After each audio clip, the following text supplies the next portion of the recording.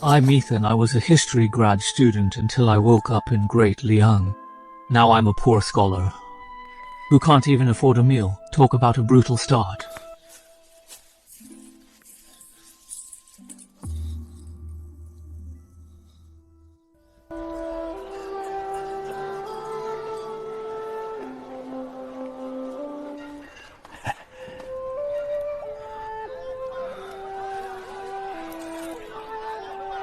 No. Just one bun. A grown man like you only eat one cheapskate.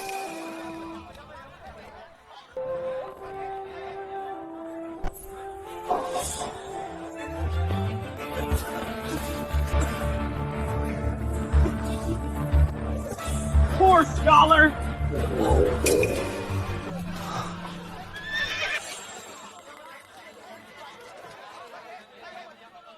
Excuse me, sir. Move along, we don't hire trash. Get lost, we don't need dead weight. You can't carry or lift anything. What good are you? We are not hiring! Get lost, we don't need dead weight. You can't carry or lift anything. A scholar really is useless. No one even wants to hire me. Am I really waiting to die? What a weirdo!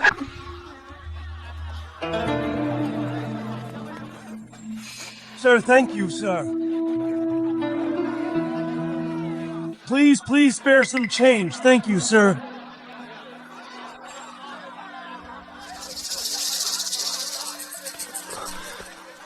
Who is that?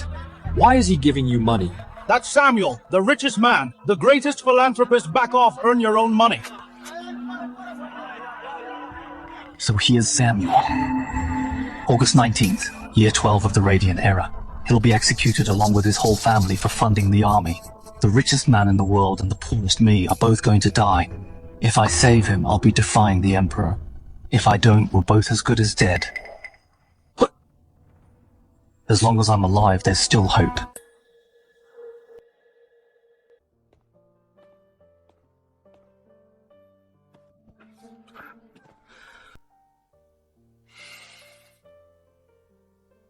Stop right there. You there, scholar, what do you want? I am Ethan. I have urgent news for Mr. Samuel. My master is ill, no visitors. What I have to say concerns his entire family and everything he has built. Wait any longer and it'll be too late. He'll regret it forever. What nonsense, slandering the richest man in the empire? You know the price better than I do, guards! The charge of supplying the army comes tomorrow. Is that proof enough? How did he know about that? My master was only trying to show his loyalty. How is that a crime? Just another desperate scammer. Guards, throw this crazy scholar out of here! No need, I have said my piece. Mr. Samuel spent his whole life building his legacy, only to meet such an end. What a tragedy. Follow him from a distance. Find out where he lives and who he really is.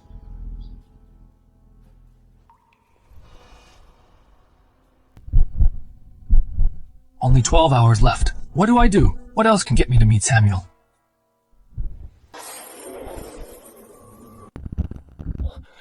Glass.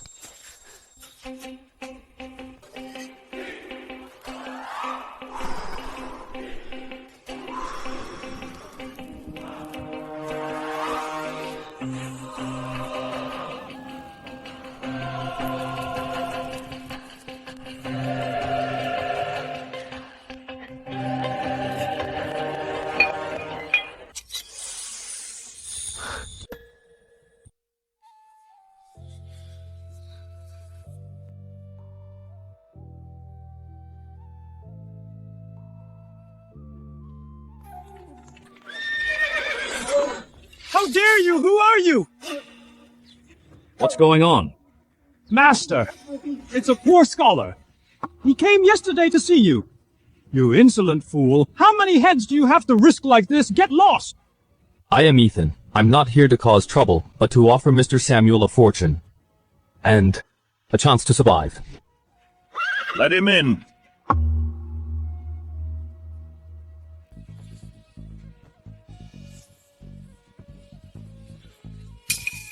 Mr. Samuel, it's called glass. This is a treasure. It's rougher than the cheapest glazed tile.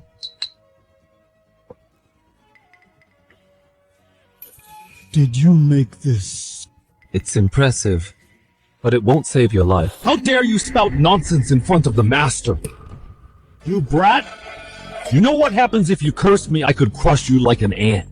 Drag him out and beat him to death. Wait. Mr. Samuel, are you raising a huge sum to reward the army? That's classified. How do you know that? Besides, supporting the troops is serving the nation and His Majesty. What crime is that? Mr. Samuel, think carefully. The innocent suffer for what others desire. The Emperor rose from nothing through blood and war. What does he value most? Military power and the people's loyalty. Rewarding the army isn't a crime. It becomes one because of scale and how it looks. In His Majesty's eyes, this could look like you buying loyalty from the army. Or worse, a move against the throne. I didn't. Mr. Samuel, your path is blocked, but you still have a chance. I've thought of 3 ways to get you out of this. Go on. The worst option, stop everything, turn over all your wealth to the royal treasury. Give up everything, retire to your hometown and stay hidden. It might save your life. But my life's work will go to waste. The middle option, go ahead with the reward but change the name. Do it in the Crown Prince's name. You pay and he takes the credit. That way it becomes royal charity. Nothing to do with you. It may buy peace, but only for a while.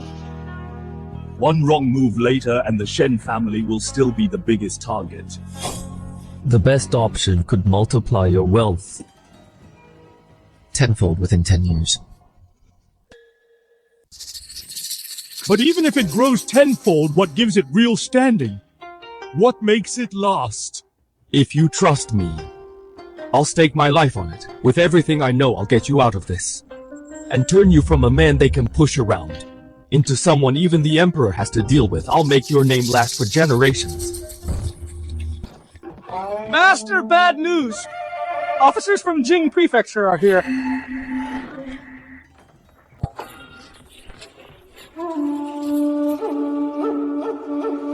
What brings you here, officers?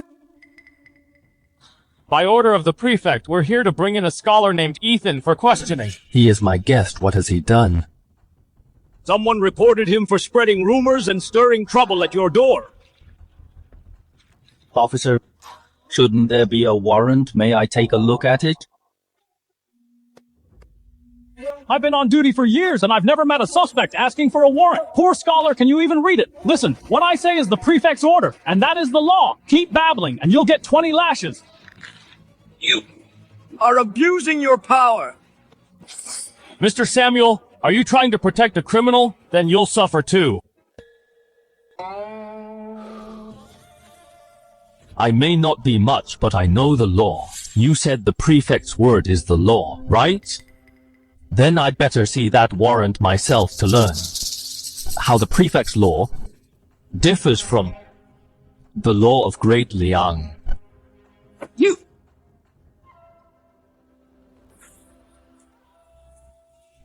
Officer, I have a few questions, Mr. Samuel. Please be my witness. Listen carefully. The criminal law of Great Liang states that any accusation must include the plaintiff's name, charges, and the evidence. This document only says I spread rumors, then who reported me? Where is the evidence? That's for the prefect to decide. Second, the litigation section states local matters go to village heads and the elders first and then to county offices, and only if rejected can they reach the prefecture. I am just a commoner. If I've done wrong, the county court should handle it first. Jing Prefecture skipping steps like this is illegal. Third, and most importantly, the law says a summons is a notice, and an arrest requires a warrant. A summons is an invitation or a call, it's optional. You can't force someone to go. An arrest warrant is for catching and arresting. It requires clear evidence. And the prefect's approval before you can detain someone. Your document says summons, but you came with chains. This is an abuse of power. It's illegal. So tell me, are you here to summon me or to arrest me? You're holding a document from the prefect, but I follow His Majesty's law. So tell me, whose law should I follow?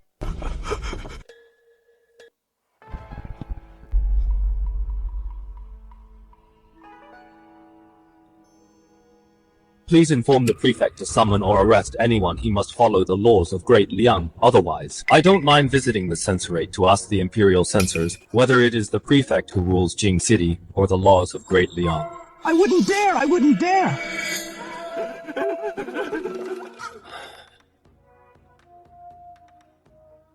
Sir, this trouble is my fault. My apologies. You're too kind, Mr. Samuel.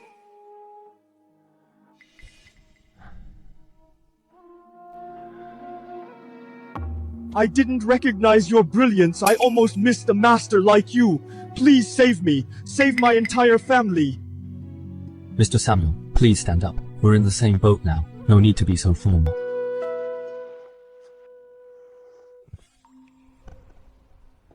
Sir. Mr. Samuel, don't call me sir anymore. If you don't mind, just call me Ethan. How could I do that? Why not? We're talking business now. A big deal involving our very lives business doesn't need such formalities. Fine, the best strategy, I'm all ears. The best strategy is just one word. Offer. Offer! Yes, offer. The money you meant for the army, every single cent, offer it all to the court, to His Majesty offer. Ethan, my young friend, how is this better than a bad move? It is night and day. What does His Majesty want most, and what does he fear most? What he wants is a strong and prosperous country, a mighty army that can conquer new lands. And what he fears is powerful generals abusing their military power, is merchants of immense wealth harboring ill intentions. So, my funding the army crossed His Majesty's red line. What you call loyalty, he sees as ambition. But what if there is another way? We could say Samuel is grateful for the Emperor's grace and cannot bear to see the soldiers' hardships. Nor does he want the court to worry about military costs. Thus he voluntarily donates his entire fortune to establish a new department. The Armaments Bureau. The Armaments Bureau. Exactly. One that doesn't lead troops nor goes to war, but is dedicated to Great Liang for developing new military equipment. We will create the world's sharpest blades, strongest armor, and most powerful cannons. We will manufacture weapons and munitions. For instance, this material. If crafted with fine technique and made as clear as crystal, it can be used for telescopes, allowing scouts to see miles away. It would be a vital national asset. Another example. Use the money to hire the finest craftsmen to improve iron smelting and to build larger, stronger ocean-going treasure ships. Then Great Liang Navy will surely dominate the seas. Brilliant, truly brilliant. It's just that this way the wealth my family built for generations would be completely drained. Mr. Samuel, you still don't understand. Money is like flowing water. Kept in your own pond, it will eventually stagnate and attract pests. Only by letting it flow into the river and into the sea can it remain fresh and flow forever, nurturing a true dragon that no one can take away. Once the Armaments Bureau is established, besides you who provides funding and knows the trade, who else could manage it, the Emperor will grant you the title of Imperial Merchant. All the skilled craftsmen, rare timber mines and ironworks will all be at your disposal. Great Liang Imperial Merchant. Once we have strong ships and guns and an invincible navy, we can lift the sea ban, we can sail out onto the endless ocean to find the legendary land of gold and the Isle of Spices. Exactly. Opening the seas for trade will bring a constant flow of eternal wealth. Ethan! No, sir, we'll do exactly as you say. From now on, the Shen family will follow your every lead. All our fortune is at your disposal. For now, we have a fatal problem. Today's bailiffs were sent by Prefect Charles. And this Charles is a protege of Chancellor Henry. Snubbing him is like slapping Mr. Henry's face. How will our grand plan bypass the Jing Prefecture, the 6 ministries, the Secretariat, and all these hurdles to reach the Emperor's ears? Henry is incredibly powerful. We can't go head-to-head with him. Get down, don't move! Mr. Samuel, I hope you've been well. I wonder why Your Excellency has brought troops here in person. If the Shen family has done wrong, it should be handled by the state law. Why such force? State law. I am here today precisely to enforce state law. Samuel, you've been reported for hoarding weapons with intent to rebel. I'm here by decree to seize everything with witnesses and evidence ready. What more do you have to say? Search! There's a move!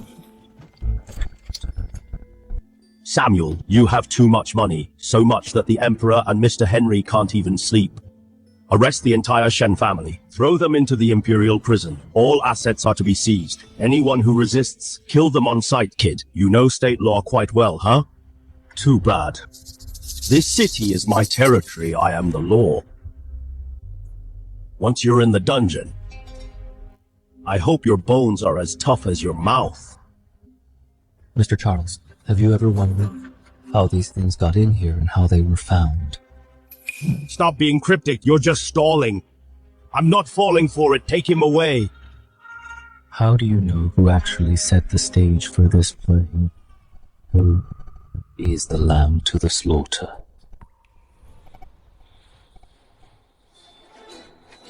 Mr. Samuel, acting like a martyr already. Isn't it a bit early? While we're still alive, we have to keep fighting. What if we find a way out? I saw Walter when I came in. He wasn't arrested. Walter, what can you do? Henry wants us dead. Even a god descending from heaven couldn't save us. What if I choose to defy fate? Crown Prince Samson, it's worth a shot. But I have no ties to the Eastern Palace. I sent Walter to handle it. I am betting on 3 things. First, Walter's loyalty to you. Loyalty heaven and earth can bear witness. He hasn't been jailed, I bet, right? The crime of funding the army is set for tomorrow. Is this news? Weighty enough. There are government spies there. Did you see them? It's a plan to lure the snake out. After you read this, you can judge for yourself. So, you had Walter hide weapons in the manor. Then you tipped off Charles. That was his pledge of allegiance. Exactly. Only someone like Walter could make Charles believe the evidence is real. Meanwhile, it also protects Walter and keeps our options open. But we are stuck in prison if we can't get out. Even without the treason charge, won't Charles and Henry find another excuse? We exposed ourselves to go to jail to find life through certain death. In this way, we cut out the thorn of funding army and Emperor's mind.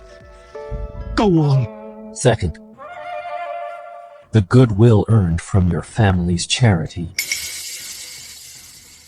I had Walter find Blind Tom, the storyteller in the south, to deliver a token and a message to the Eastern Palace. Blind Tom! How could he enter the palace? That's a restricted area. Not even a fly can get in, let alone a blind storyteller. He's an old soldier who rebelled with his majesty in Har Prefecture years ago. The eunuchs who buy palace supplies love drinking with him and hearing stories about his majesty. Passing a message is impossible for others, but for him it's just a few jars of wine and some roast chickens. What about the third? Third, Mr. Samson truly cares for the realm. For the sake of the country, he would give us a chance. Samson studied under great scholars. To save a disgraced mentor, he even jumped into a river to beg for mercy. Compared to that, this is a small matter. What message did you have him send? I didn't have him plead for mercy against a charge like treason. Any defense is futile. Protesting innocence only makes Samson suspect us and keep his distance. The letter contained only one line. I, Ethan, a commoner, have a plan. To make our navy the best in the world, sail the 4 seas and expand our territory. And that thing is a diagram I drew from memory. Look at the sketch, the keel of this new warship.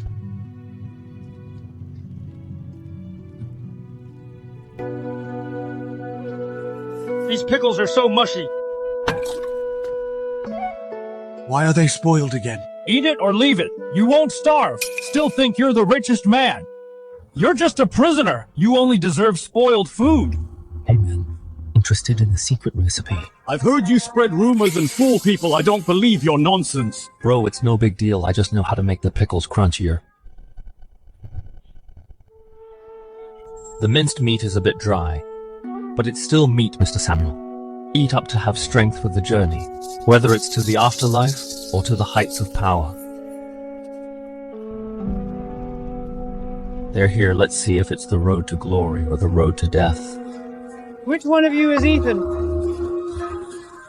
I am Ethan. Greetings, eunuch. An imperial decree! Summon Ethan to the Sky Hall for an audience? Why the Emperor? What about the Crown Prince? A prisoner accused of treason. Isn't this suicide? Ethan, the commoner, accept the decree.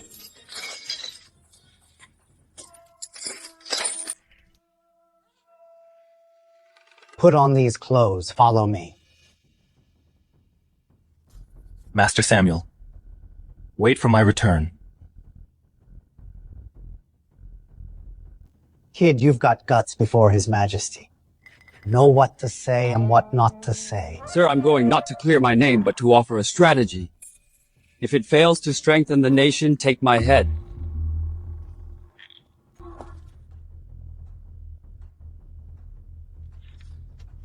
So you're the one offering a strategy, Ethan. Ethan, the commoner. Greetings, Your Majesty. Lift your head. Tell me, Samuel hid weapons intending to rebel caught red-handed. As his aide, do you plead guilty?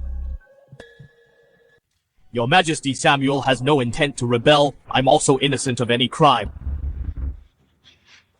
How dare you, Your Majesty? He is deceiving the public with lies. The weapons found at Samuel's manor are all military grade. The evidence is irrefutable. Please issue a decree, Your Majesty, to execute this man and Samuel together as a warning to others.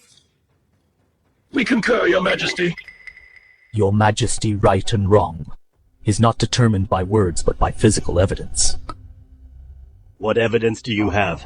Once this is shown, whether Samuel is a traitor and whether I am guilty, Your Majesty will be the judge. More importantly is that this can help our Great Liang open up vast sea borders. Bring it forward. Thank you, Your Majesty.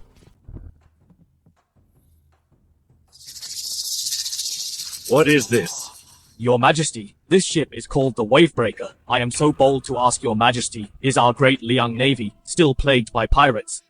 Great Liang's blessing ships are tall and sturdy, good for defense, but they are too clunky. They can't catch the fast pirate boats. That's the first point. Second, Great Liang ships often have spliced keels in heavy storms. The hulls easily twist and break. Third, if the hull hits a reef... Your Majesty. Silence. The entire ship floods. No one survives. Claim. Your ship can solve these problems. It can... Your Majesty, look, this is an integral keel. It runs the entire length. The hull can withstand level 12 storms. Look at the bottom. A pointed design. It has a deep draft, cuts waves quickly. It's much faster than pirate boats. Most importantly, it uses watertight bulkheads, dividing the interior into dozens of separate cabins. Even with a few punctures, seawater will only flood local sections. The entire ship will never sink, greatly increasing the survival of our men.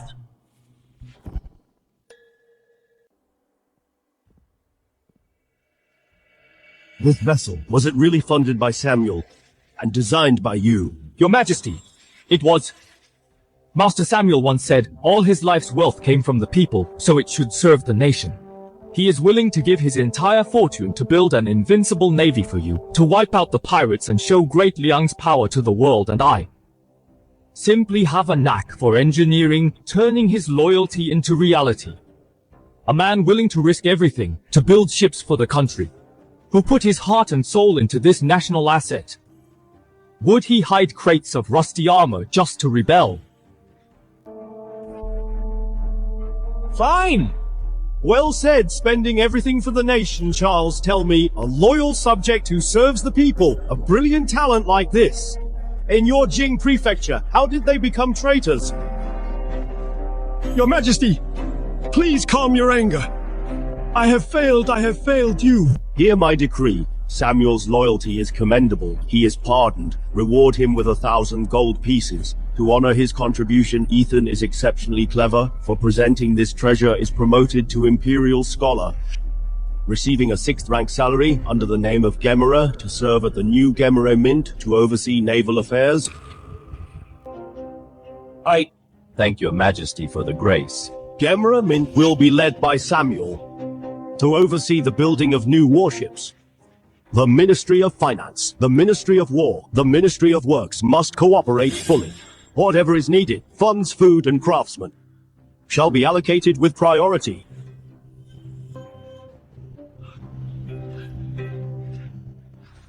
What a fine ship, the Wavebreaker.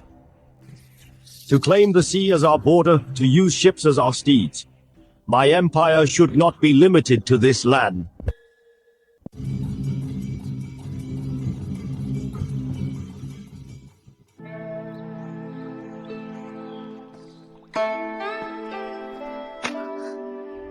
My apologies, sir. I didn't mean to. It's fine, you may go. No one saw. No one will blame you. He wasn't even angry. Didn't even look at me. He's quite an upright man. Ethan! What is it, Samuel? A gift from the Minister of War Premium Wild Ginseng. This is from the Vice Minister of Finance. He heard the Gemera Mint was founded and sent 2,000 taels of silver for official expenses and... The heavier the gift list, the thinner the sincerity. Keep the silver, return the ginseng. Tell them we appreciate the gesture, but the Gemera Mint serves the state. We cannot accept such lavish gifts. Why they mean well. If we turn them away, won't we offend them? Samuel, politics is not like business. In business, it's about profit and trade. In politics, it's about power and survival. Those giving gifts today might be the ones stabbing us in the back tomorrow. The sign is up. The stage is set. Now time for real business. Shipyard selection. Hiring craftsmen. Procuring materials. These are our foundations. We must start immediately. Don't worry, it's all arranged. Tomorrow morning I'll go to the Ministry of Works myself with the Emperor's decree. They won't dare refuse.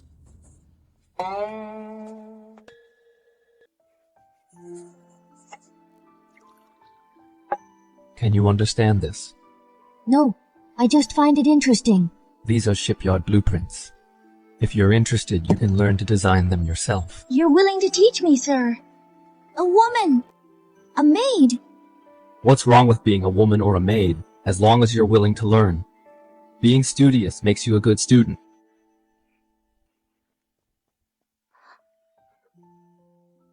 Is this concept too ahead of its time?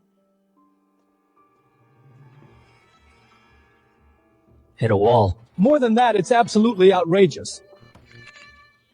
That Director Lucas of the Ministry of Works is a master at passing the buck.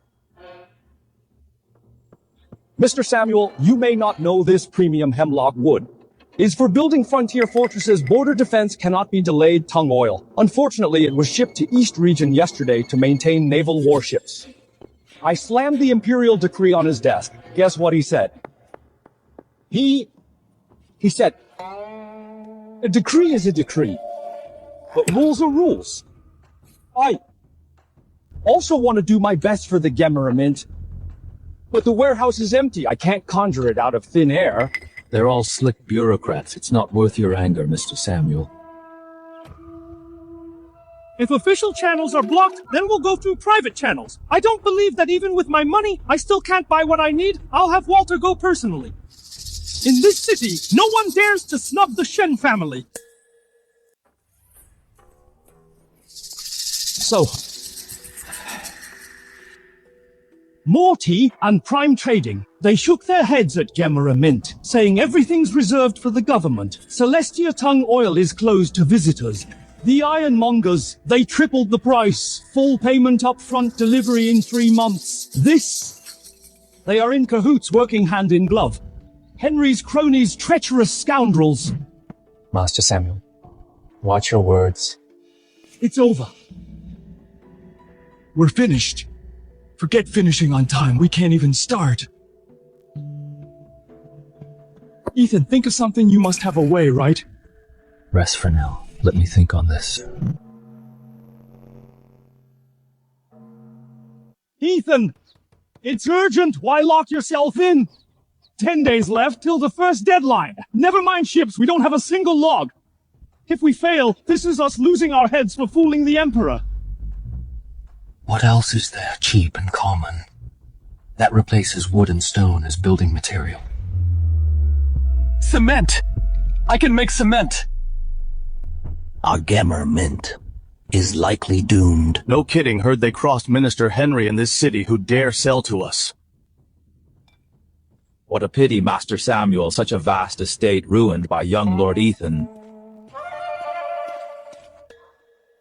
Ethan! Ethan! Speak up or I'll break the door down. What's wrong with you? Any luck with a plan? No matter. Call all the craftsmen to the yard.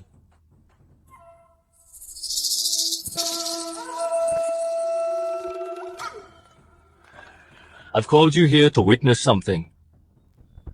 From today on, our Gemera Mint will use this to build the shipyard. Master Ethan, pardon my bluntness. For 3 generations, my family built palace walls. I learned from my father. I've worked with stone and mud all my life. Every kind of mortar and lime, I know them all. But this stuff of yours isn't sticky and lacks substance, it's loose as sand. How can it bear weight?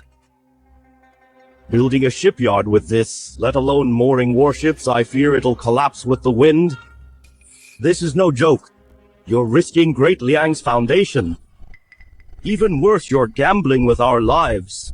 Right, Master Paul is right! Master Paul is right! Master Paul is right! An amateur leading the pros is a recipe for disaster. Exactly! Gemmer Mint more like a nonsense mint. If this keeps up, we might as well disband, right? Master Paul has a point. Talk is cheap. I won't argue. Let's test it right here. If it fails, I, Ethan, in front of everyone, will eat this bag of fairy soil. If it works, Master Paul and everyone, please trust me this once. Fine! Then today, I'll see for myself. Stop, enough water. Just like that. Stir it slowly.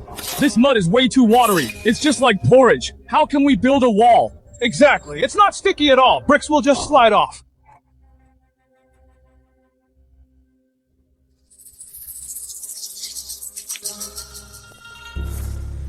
We'll see in 2 hours.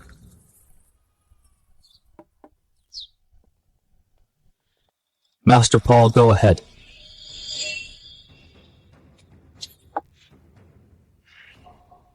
Again! Master Paul, let me try! My goodness, is this a wall? This is harder than a damn iron plate!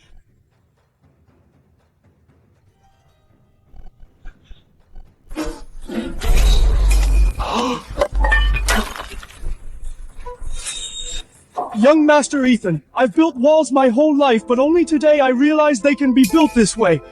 This isn't mud, it's a divine gift from the gods.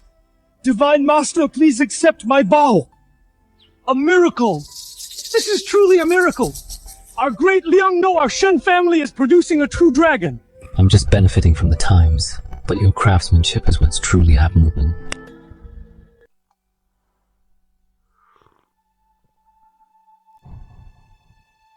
My Lord Gemmer Mint used that magic soil. They poured the foundation in 1 day.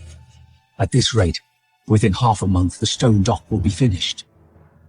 They say that stuff is harder than green stone. Sorcery to delude the masses. Mere grandstanding. Investigate it. I want to see what tricks he's playing. By my lord, this was made from that magic soil.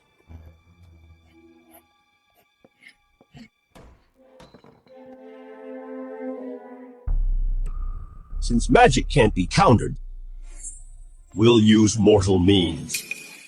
I don't believe in magic, I only believe in power play. Send more men, watch them, spy on them, find the weakness of this secret formula.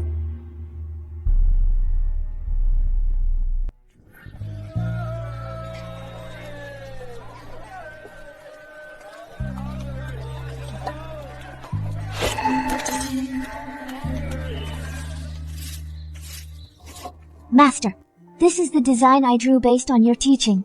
Please guide me. You have quite a talent, it's well drawn. However, the scale is off.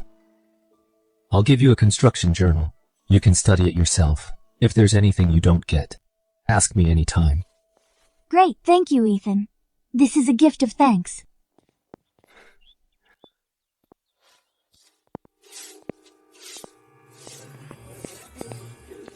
Samuel, though this cement method is good, it has a major flaw. What flaw? The ingredients. Limestone and clay are easy, but to make it set like stone, a crucial catalyst is required. Copperus, what is it? I've been in business all my life, but I've never heard of it.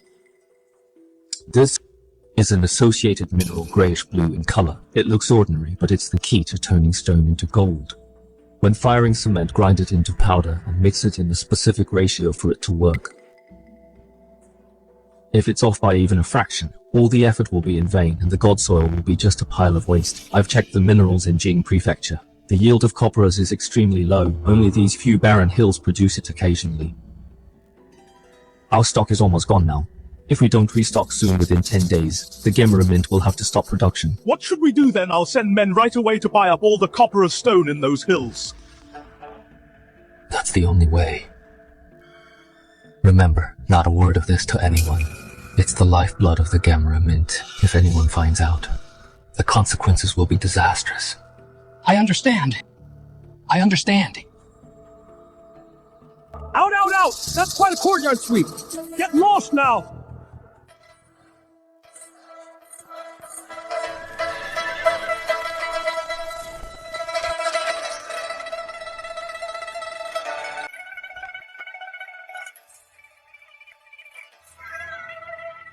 Copper of stone lifeblood. Quite a lifeblood indeed. Ethan, no matter how much you calculate, you finally exposed your own weakness. My lord, among those barren hills, the largest one happens to be on Manager Zeth's farm estate. Order Manager Zeth to seal off the hills immediately. Not a single ounce is to be sold to the Gemera Mint. Tell them the government needs it. But if they come to ask... Ask. Let them come beg. I want to see if Samuel Silver can buy the stones in my hand. Go tell Chancellor Henry, tell him the fish is already in the net. Ethan, that copperas, is it for real? Master Samuel, there's no such thing. The so-called copperas is just a common pebble. I just gave it a name and made up a story. But what if they test it? They won't. Because they trust their own intel too much and they overestimate themselves. To them, this is my Achilles heel. They'll only think of how to use it against me instead of verifying it. Greed makes people foolish, and foolish enemies are easiest to handle. Master Sir, it's working. Zeth's carriage from Jing Prefecture has left the city, heading for the suburban mines. Master, the best way to handle a hungry wolf isn't with a stick. It's to poison a piece of meat and wait for it to pounce.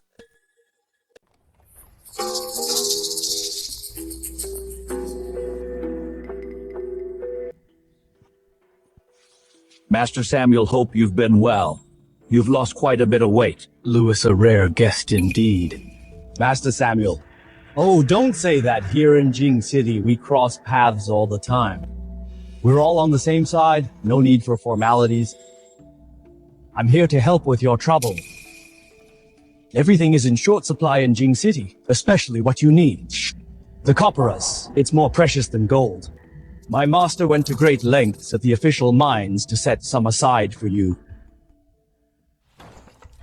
You've gone too far!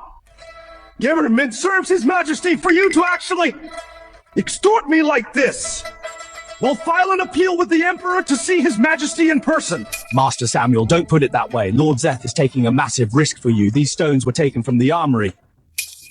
If the Ministry of War finds out, he'll lose his head. This price is for the stones and my master's life. Tell me, is it expensive? Go ahead and appeal then. Tell His Majesty, without our catalyst, the divine soil is useless. Do you think His Majesty will punish us?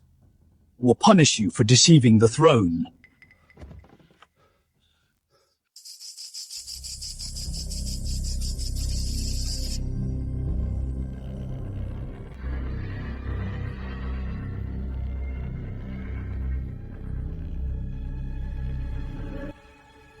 Deal.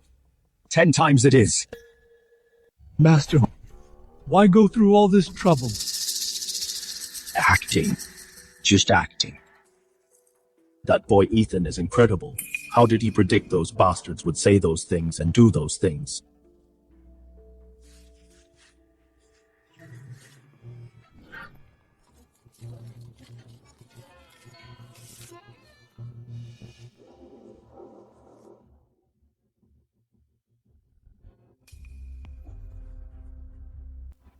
Scholar Ethan entered the palace in white robes, presenting the treasure ship, outsmarting the traitors good. September 3rd noon. Steward Lewis's carriage left the manor, heading to Grace Restaurant in the west left at 1:15 p.m. September 3rd, 12:45 p.m. Gamera Mint manager Zane's carriage arrived at Grace Restaurant. September 5th, 4 p.m. Officer Zeth's convoy left the city. 12 cards. Destination: Waste Quarry on the outskirts. Officer Zeth. On the 6th at 8 a.m. Gamera Mint received 10,000 taels of silver handed over at West Quarry. Ethan, we don't need to know what they said. We don't need to know what wolves say in their plot. We only need to know when and where they ate the sheep. That's enough. Hey, yo! Hey, yo! Hey, yo! Hey!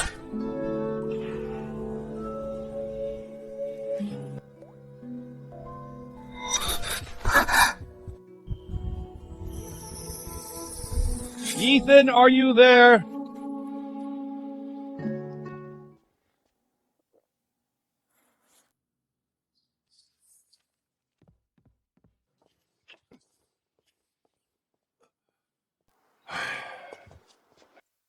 Master Samuel, did something happen at the site? Ethan, I have a favor to ask. This concerns our family's legacy and our bloodline. If you refuse, I will stay on my knees. Please speak, Master Samuel. I want to give my daughter Laura to you in marriage, Ethan. Don't misunderstand. This move is not to trap you through marriage. I am seeking for our family a true path to survival. We seem to be the wealthiest, but in reality, we are just a fat sheep for the crown. I was foolish before, thinking money could buy peace. Meeting you changed that money. Is the most unreliable thing. You are the world's greatest treasure. Your vision can change the world. Only in your hands can we turn from a helpless sheep into a soaring dragon. But my heart is already taken. What? The maids in the manor are getting out of hand. How dare they eavesdrop on our conversation? I must have Walter teach them a lesson. It is not her fault. I told her she could see me any time. Unless you like this maid? That is easy then. Take her as a concubine. Just bring her into your quarters. No. The wife I marry must be someone I truly love. Regardless of whether she is a maid or a lady. Mr. Samuel, do you understand? I was being too forward. With your talent, high office would be an easy feat. What kind of noble lady could you not marry? But I still promise you, as long as you agree, Shen Manor and Gemma Mint will all be yours.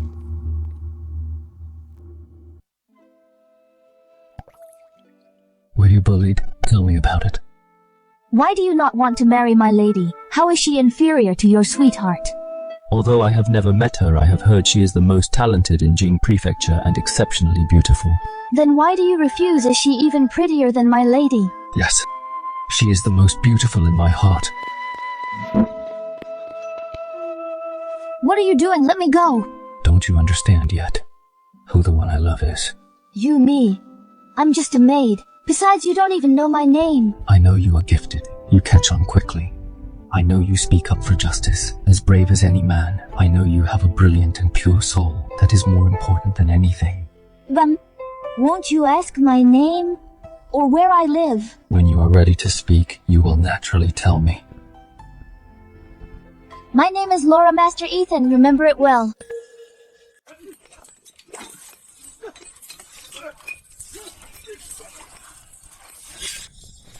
Ethan, what happened? Why the hurry? Is it about Charles? I need to see Laura. Please grant me this. Good, great. You finally come around. I'll arrange it at once.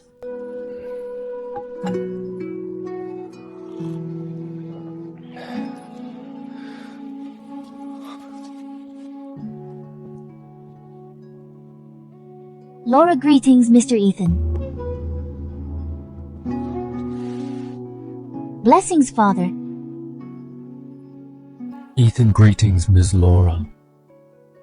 Mr. Ethan, I have a question. I hope you can enlighten me. Please go ahead. I've heard the cement you created is as strong as stone and sets in a day with such a marvel. Why was the Gemmer Mint dock not cast as a single piece but in sections instead, then joined together? Isn't that a waste of time and effort? So redundant. It seems your father has told you plenty about the Gemmer Mint. Though she's a woman, she's well-read and second to no man.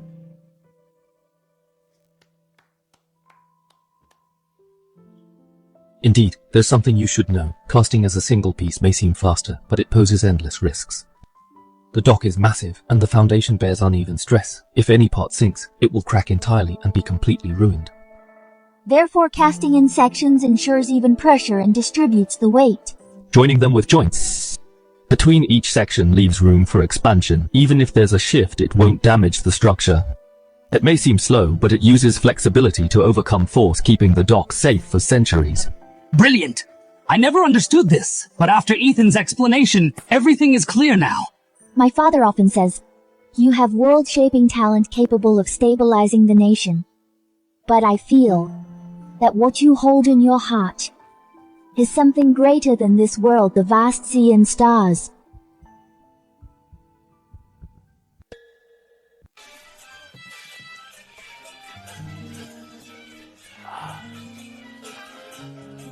Master, this is Zoe, the city's most famous matchmaker. Zoe, these are the betrothal records for Laura and Ethan. Keep them safe. This union between the Shen and Gu families, you must present it perfectly. You'll be handsomely rewarded. Rest assured, Master Samuel, with you personally taking charge, this match between Gemmer Mint's Mr. Ethan and the young mistress will be a done deal.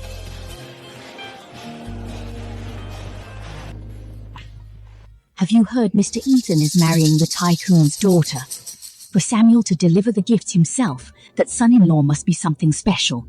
They call it a wedding, but he's actually marrying into the family. But to marry into the wealthiest family around the kid is getting a real bargain. Fame, wealth, and beauty.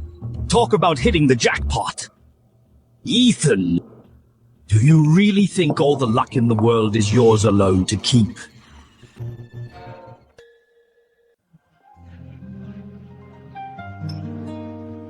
The auspicious hour has arrived!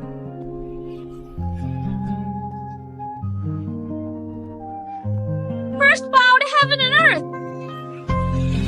Second bow to parents! Husband and wife bow to each other! Hold on!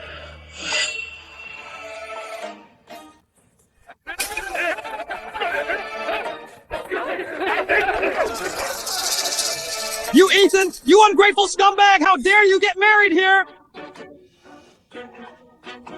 What is this? Outrageous! This is preposterous! Guards, throw these thugs out! They're hitting us! The Shen family is bullying and killing us to silence us. We just want justice, yet you want our lives. Exactly. What is going on? Did Ethan really do those things? Mr. Samuel is totally humiliated, picking a son-in-law like this.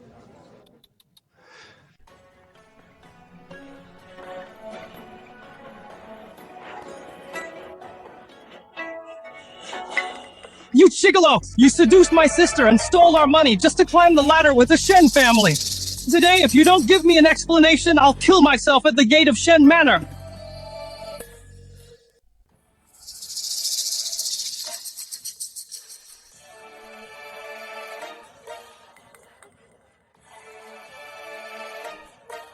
Wait here, my lady.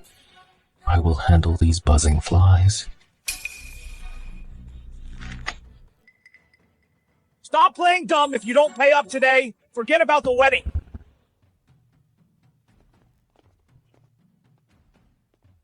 So Gemmer Mint guards are here. Your orders, sir.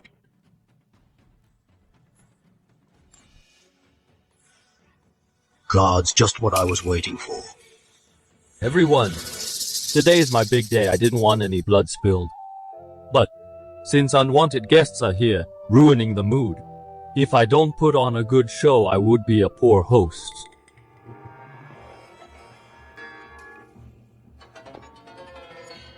What do you want? In broad daylight for everyone to see. We are the victims. We're here for justice. Are you trying to silence us? Clear them out. Yes, sir, do it!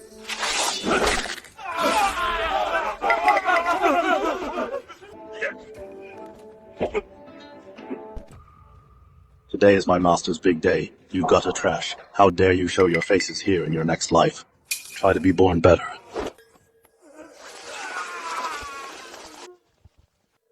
Everyone, my sincere apologies for letting those pests ruin the mood.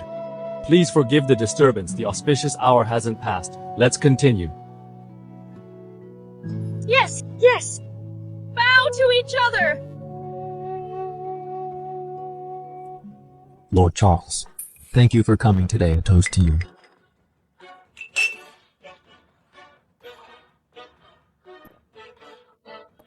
By the way, Mr. Charles, now that the flies are gone, it's easy to get sleepy, but in Jing Prefecture, there seems to be a big tiger roaring in the night, keeping everyone awake. Tell me, what should be done? Ethan! Don't be so smug!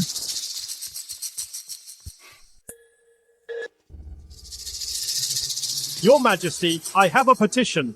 Granted. I wish to impeach the Imperial attendant Ethan. Though he was rewarded for his gift, he is now arrogant and reckless. He flouts the law. Yesterday, at his wedding, some commoners came regarding an old dispute. Instead of mediating, he let his thugs attack them. The thugs severely injured them. Several unarmed citizens had their limbs broken and were left in the streets. Forming a private militia and harming the people, how is he any different from a traitorous rebel? I suspect the Gemmer Mint is actually a secret armory and a den for outlaws. I urge your Majesty to investigate and imprison Ethan to uphold the law and appease the people. We concur. Your Majesty, regarding what Lord Charles said, I admit to it. I disturbed the guests yesterday and shamed the court. I willingly accept punishment. But I also have a petition. It concerns the national treasury, the laws of the land, and most importantly, the safety of the nation. Your Majesty, those who crashed my wedding did so for a personal grudge. But those bleeding the country dry today are national traitors. Personal grudges can wait, but traitors must be purged first. Utter nonsense! You are clearly misleading everyone. Whether I am misleading everyone is for your Majesty to decide. Please allow me to present a gift. Once presented, who is loyal and who is a traitor will be clear to your Majesty. Bring it forth. Your Majesty, since the founding of the Gemmer Mint, these are the purchase records for copperas. In the 12th year, on September 3rd, Manager Zane of Gemmer Mint at the Grace Restaurant in the City West with the Ministry of Works Director Stuart Lewis, who works for Zeth, discussed the purchase of copperas. At 4 p.m. on September 5th, Director Zeth's convoy from the West Mountain Quarry transported 12 carts of copperas. At 10 times the market price, taking 10,000 taels of silver. You're framing me! I've never even heard of that! This is slander and a frame-up! Your Majesty, please look. This is a map of the city outskirts. Marked in red is the route of Zeth's convoy. These black dots are where the transactions took place. Furthermore, Steward Lewis and 10 drivers from the convoy have all confessed and signed. The evidence and witnesses are all present. Your Majesty, I am guilty. Lucas of the Ministry of Works withheld iron meant for Gemery Mint, then through his relative's firm resold it to Gemery Mint at triple price, profiting 30,000 taels. Zach of the Revenue Ministry withheld salaries and ran illegal lending schemes. Your Majesty, these vermin dare to be so blatant in embezzling the treasury. All because behind them is a more powerful hand, backing them up and splitting the loot. Over 70% of the funds, through various banks and pawn shops, were funneled to one place, to the governor of Jing Prefecture, Lord Charles's manor.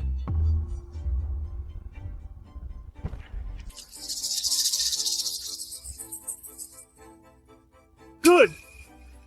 What a governor of Jing Prefecture, what a high official of mine right under my nose. Is this how you all serve as officials?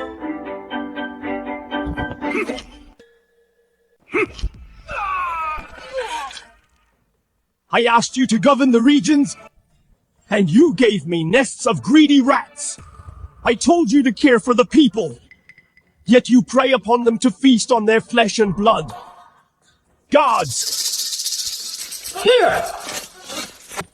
Take Charles and everyone just named, every single one of them. Arrest them or throw them into the Imperial prison.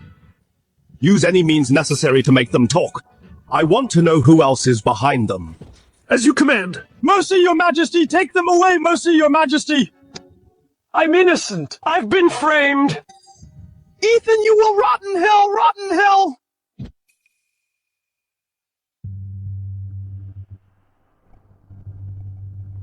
Mark. Yes, sir. Take your men now. Seize all the traitors' assets. Every single cent, account for it all. I want to see over these years exactly how much from our Great Liang they have carved out. As you command.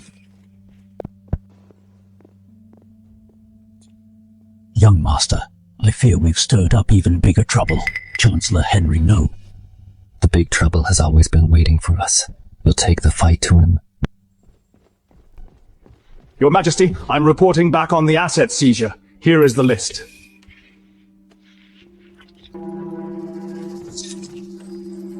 A prefect of Jing Prefecture embezzled this much. They aren't serving as officials. They're destroying the foundation of Liang, sucking the blood of my people. Please calm down, Your Majesty. Well done, Ethan. Show me an even bigger storm.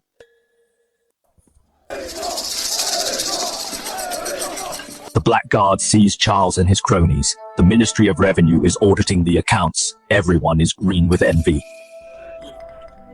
That's nothing compared to your warehouse.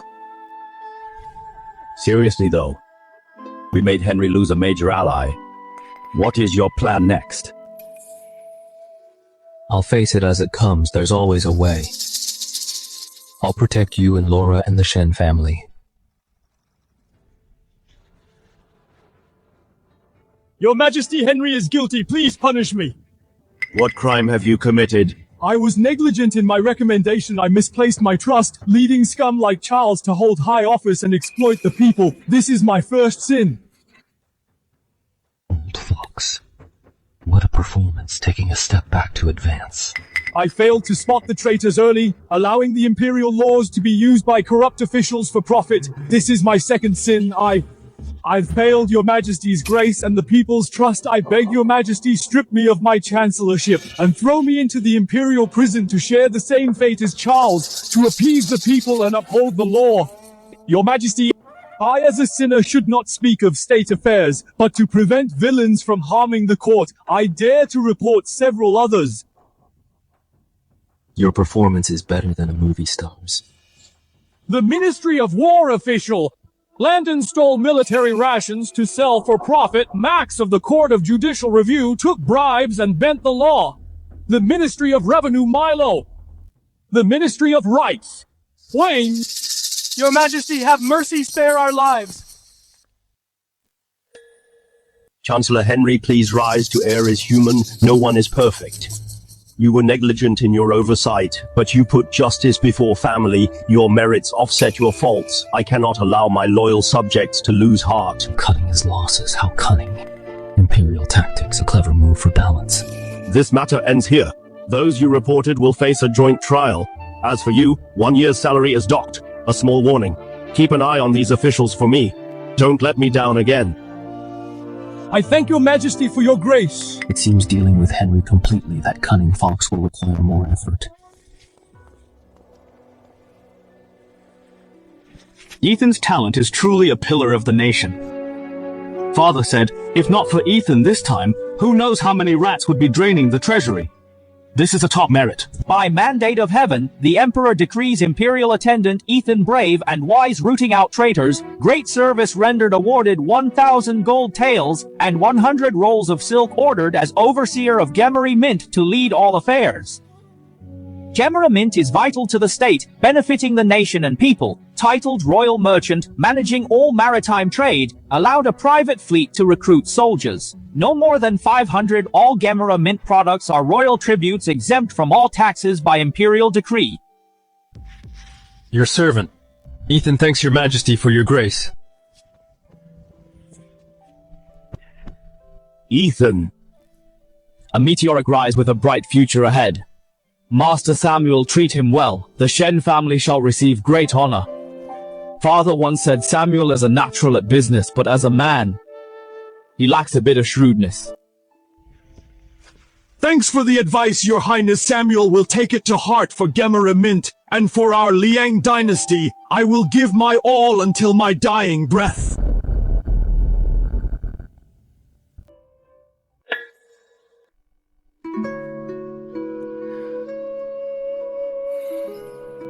Husband, the Crown Prince is here today. The whole city is watching.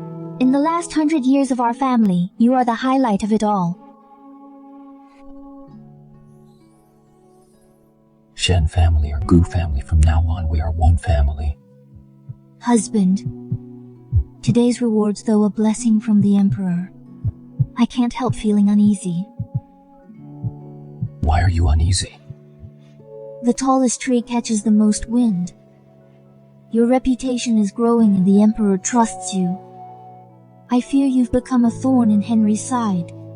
I'm afraid he... Henry may be a tiger, but your husband is no sheep. Laura, son-in-law, are you two asleep? Come in, father. This is a map of the business powers in South. River Prefecture Fan Silk Shop. 300,000 in annual income, controlled by Will, Minister of Works, Yang Prefecture, 4C Salt Field, monopolizing 30% of salt.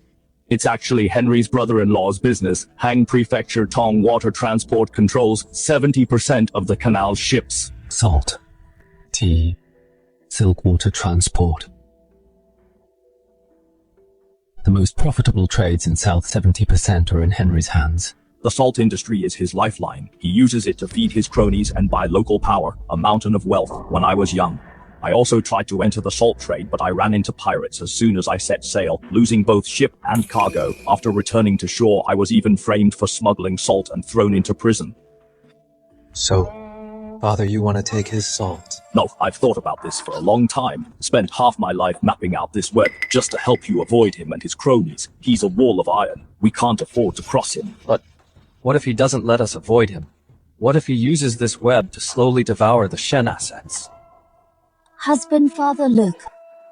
A few days ago, the Madame of the Music Bureau said, in Jing Prefecture, there's a new trend brought from overseas, salt more precious than jewelry or fine silks. Our salt. Could it be refined salt? They say that salt is as white as snow, fine as sand. Once tasted without the usual bitterness, but with a hint of sweetness, a pinch costs a tael of silver. Priceless and rare. Only the palace and nobility can occasionally get some. Henry's salt may be found everywhere. But what they sell is only coarse salt for commoners. But the nobility of Jing Prefecture, would they really want bitter and harsh salt to go with delicacies? My dear wife, you are my lucky star. What you just said is worth 10,000 troops. You are all correct. Henry's salt business is rock solid. Why should we go head to head? He handles the existing market, while we'll create a brand new market. Then should we sell par salt? From now on, our Gemera Mint will launch a new type of salt. White as snow, refined salt without bitterness. Snowy salt. Snowy salt. We won't fight Henry for customers. We'll only sell to 2 types of people. Could it be you want to supply the nobles? Exactly. First to His Majesty in the palace, the empresses and the crown prince as a tribute and a sign of respect. Second, to the nobility of Jing Prefecture. We'll make our salt a symbol of status. My clever wife, you get it instantly. I want snowy salt to be the trend here. Make the elites proud to eat our salt. And see Henry's salt as a disgrace in this way. No matter how much Henry sells, it'll only be petty profits. While we only deal with the top-tier elites and take the lion's share of the profit. Once we've made enough money and secured our footing, we'll slowly dismantle his network and cut off his supply. By then, the winner will be hard to say.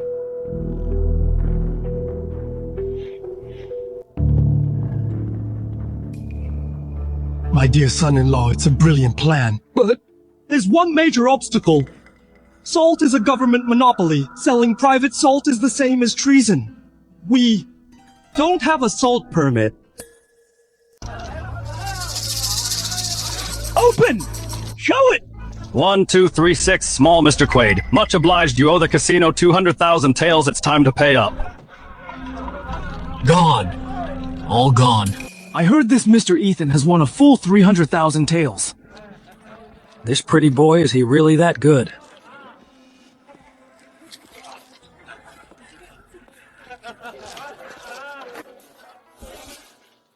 Mr. Quaid, sorry for your loss.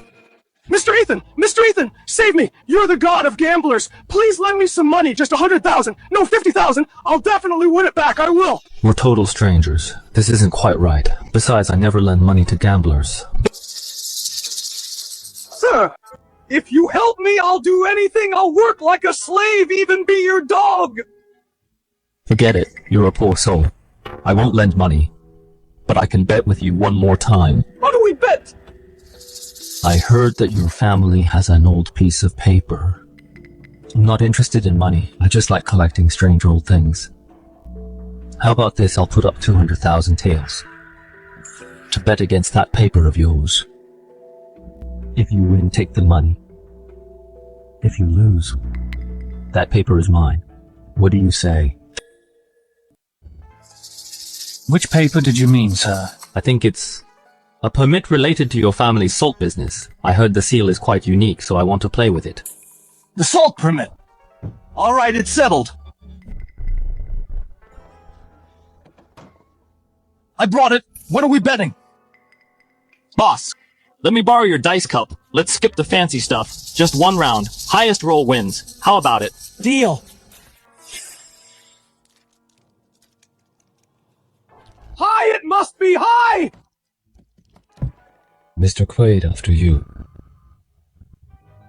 17 points, I win. I won 17 points. Let's see you beat that. Are you sure you won? No, impossible. How is it a triple 18 points? A tip for you. Didn't your father teach you that some things are your family legacy and must never be gambled away?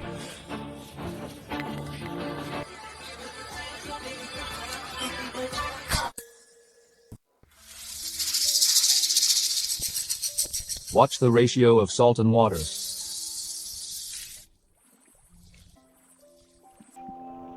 What a waste! Perfectly good salt turned into water again.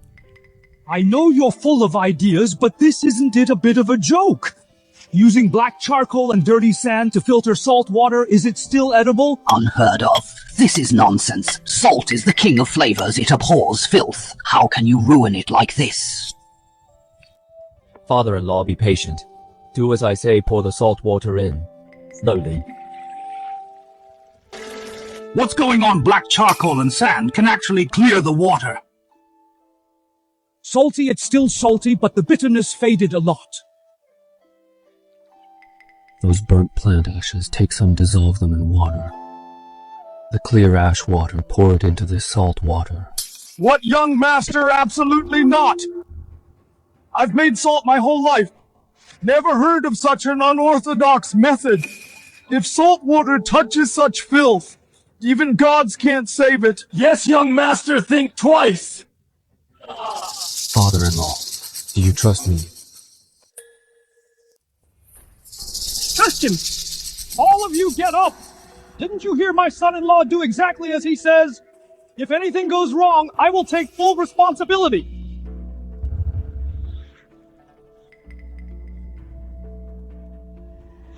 Which witchcraft?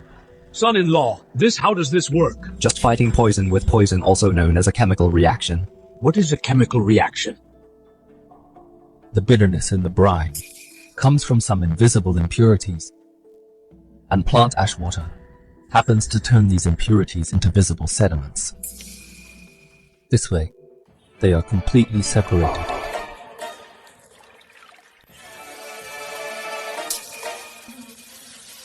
I have made salt my whole life. Only today did I see real salt. I, Samuel, have dominated the business world my whole life. Thought I had seen all the treasures in the world.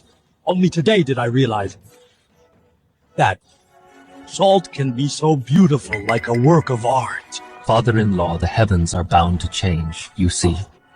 Are we qualified enough now to go up against Henry?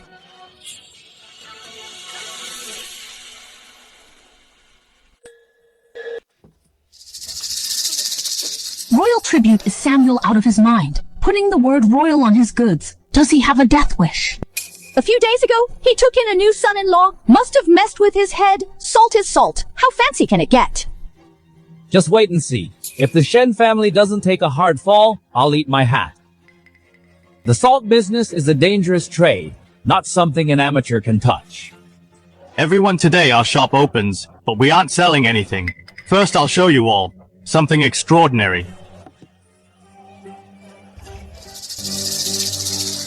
Doesn't salt water just look like this? What's so special about it? Good heavens, salt can be this clean. This is Gemera Mint newly developed snow salt.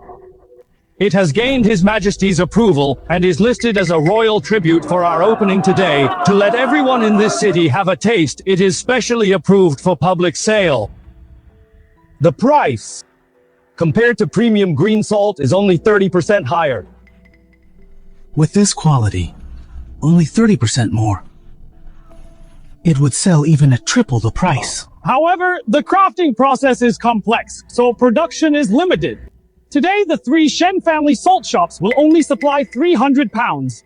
Based on household registry, each family can only buy 1 pound while supplies last. Don't be fooled, everyone! This salt is as white as lime powder. It must be poisonous. Eating it will kill you. Exactly, that's right. The Shens are money-hungry maniacs playing games with our lives. Make way.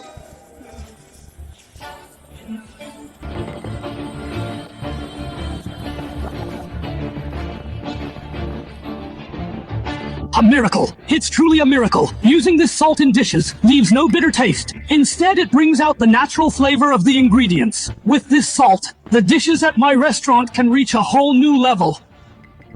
My restaurant starting today will only use snow salt. No matter how much there is, we'll buy it all. Same goes for mine. Dante. This Ethan and Samuel, under the guise of royal tribute snow salt, are restricting purchases. They want to cut off our routes.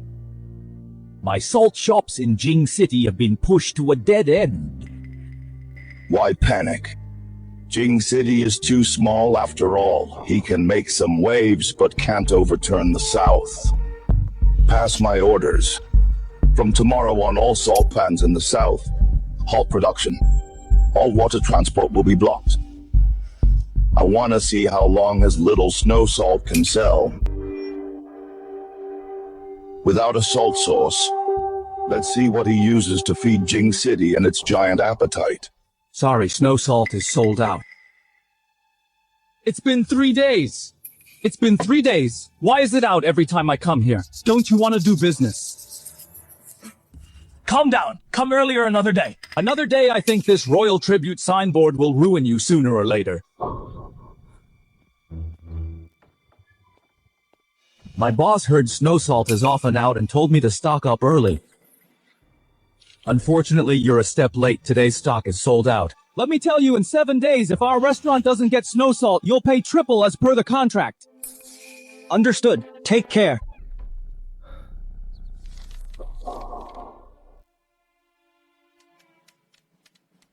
Master, young master, we're out of stock again. Many customers are angry. I'm afraid they won't return. Also, Sky Restaurant demands delivery in 7 days.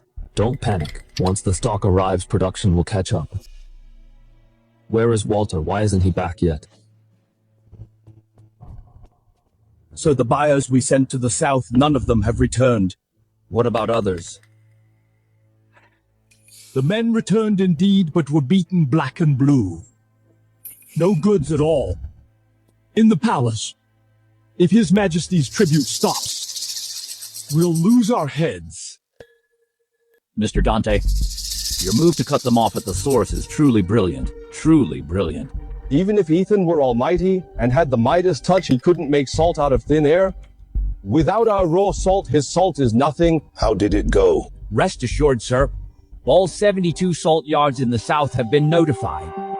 Anyone daring to sell a grain of salt to the Shens will be making enemies with the South Salt Gang. We must cut off his salt route so in the south he will have nowhere to stand. Well done. As for the Shen family's men, have they been dealt with? Yes, with broken arms and legs, they were sent back to Jing City. Ethan may be a dragon. Who can stir up the little pond of Jing City? What a pity. A dragon out of water has to lay low on land. Cut off his water, not just the raw salt. All Shen family ships heading to Jing City, seize them all. Yes, sir. But what if he uses Gemmer Mint? With Chancellor Henry backing us, why fear Gemmer Mint?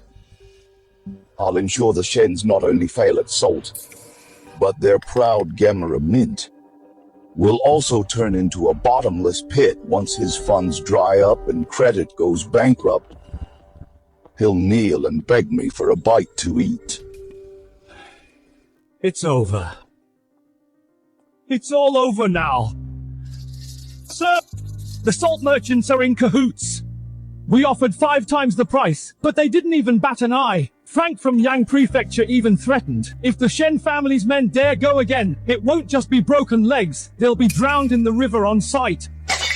This is too much. Truly too much. Father, calm down. Calm down? How can I calm down? The workshops are halted, the craftsmen are idle, our daily expenses are pouring out like water.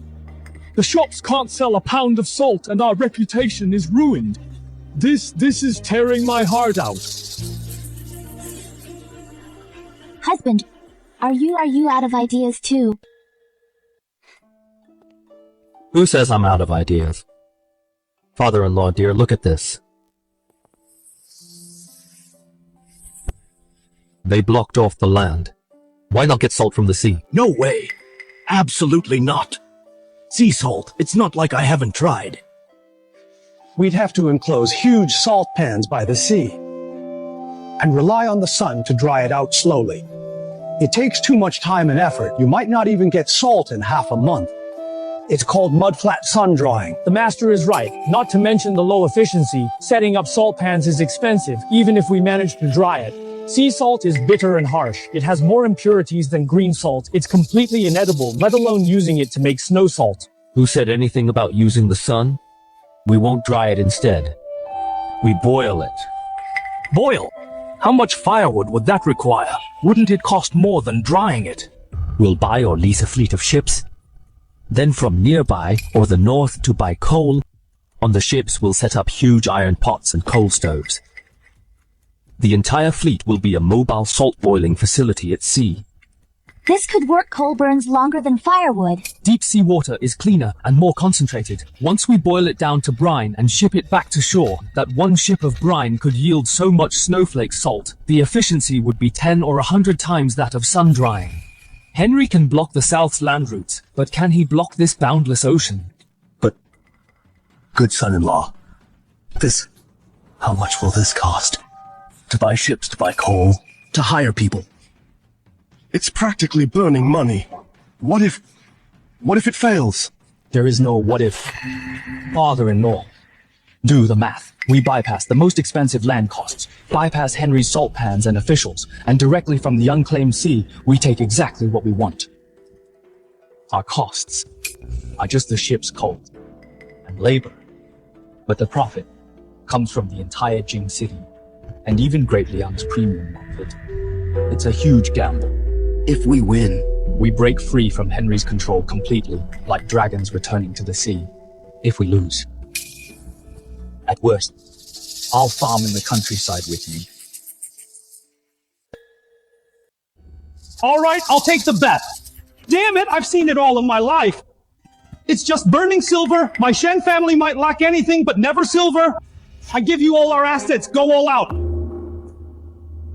They think blocking the rivers would leave us with no water. Little do they know our real source is this endless sea.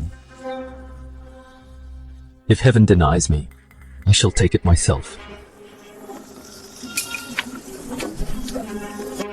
It's been half a month in Jing City, that damn Shen snow salt shop, not a soul in sight.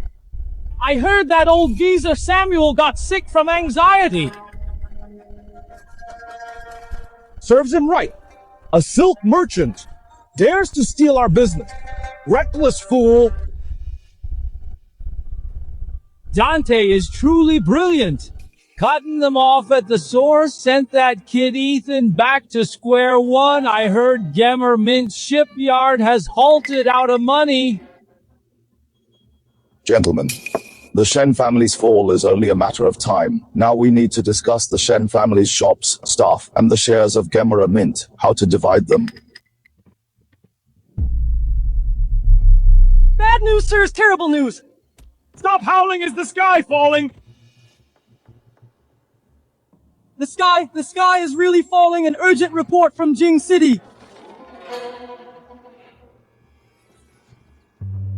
Let them open, what's the big deal? But their snow salt is practically free.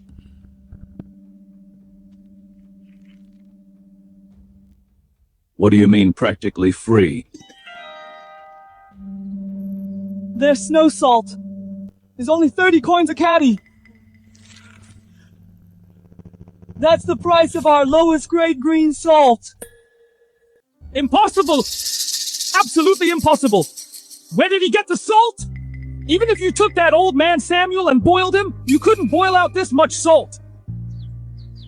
It's a bluff! Report! The Shen family's 3 shops, within 2 hours, sold out of salt. Report the Shen family announced starting tomorrow, they'll open 10 more branches in Jing City with unlimited snow salt. Report Gemera Mint's fleet has returned dozens of ships fully loaded. Our spies at the port report what the ships carry is purely high concentration brine.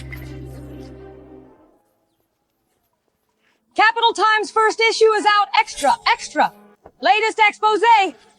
Behind every grain of salt you eat lies bloody profit. A pound of premium green salt has a true cost of no more than 20 coins, yet salt merchants sell it for 3 times, 4 times, even 5 times as much. Papers, get your papers, get your papers. The South Salt Merchant Alliance, through monopolies, has manipulated salt prices over the past few decades. From every one of our pockets, they took hard-earned money many times the cost. My God! These damn salt merchants making so much off us from a pound of salt! No wonder we work all year round working ourselves to the bone and still scrimp on salt. Turns out all our money went straight to the hands of those heartless bastards. Boycott them! Boycott! Don't buy their salt! Don't be an accomplice! Don't be an accomplice! Dante, we are out of funds. Creditors are at the door. Please think of a way. Save us, Sir! Salt shops are closing! We have no way out! Get out! Samuel! Ethan! Chancellor Henry will eventually make you pay 100 times, 1,000 times over. Son-in-law, incredible, absolutely incredible. We are not selling salt, we are printing money. Husband, we won. This is just the beginning. The highest realm of business is not about maximizing profit. It's about making rules and winning hearts. He who wins the hearts of the people can conquer the world.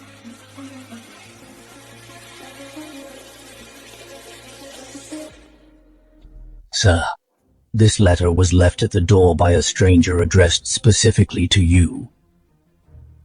He who masters the blade must beware of its backlash. Who sent this?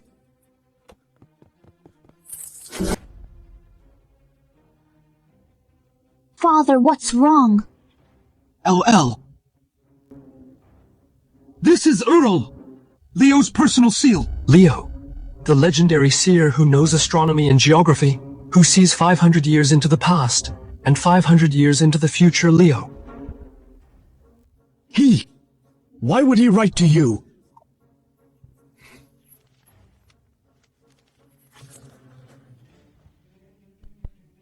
Father-in-law, please prepare a carriage and a generous gift.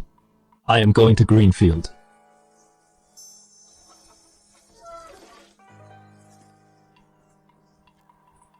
I am Ethan, invited by Earl Leo. I have come to pay a visit.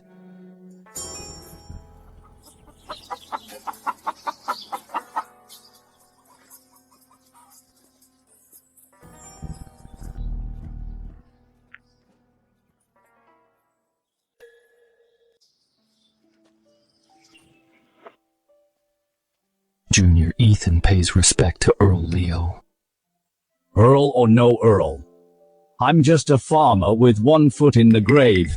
Are you the young man who used salt at 30 coins a catty to turn the whole South upside down?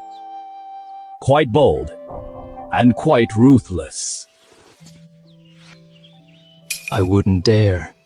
I just wanted people to have cheap salt. Right, let the people have cheap salt, but in this world, the most terrifying thing is someone wanting people to live too well. Because then it makes some people look too evil. Do you play chess? I know a little. Then keep this old man company and play a game.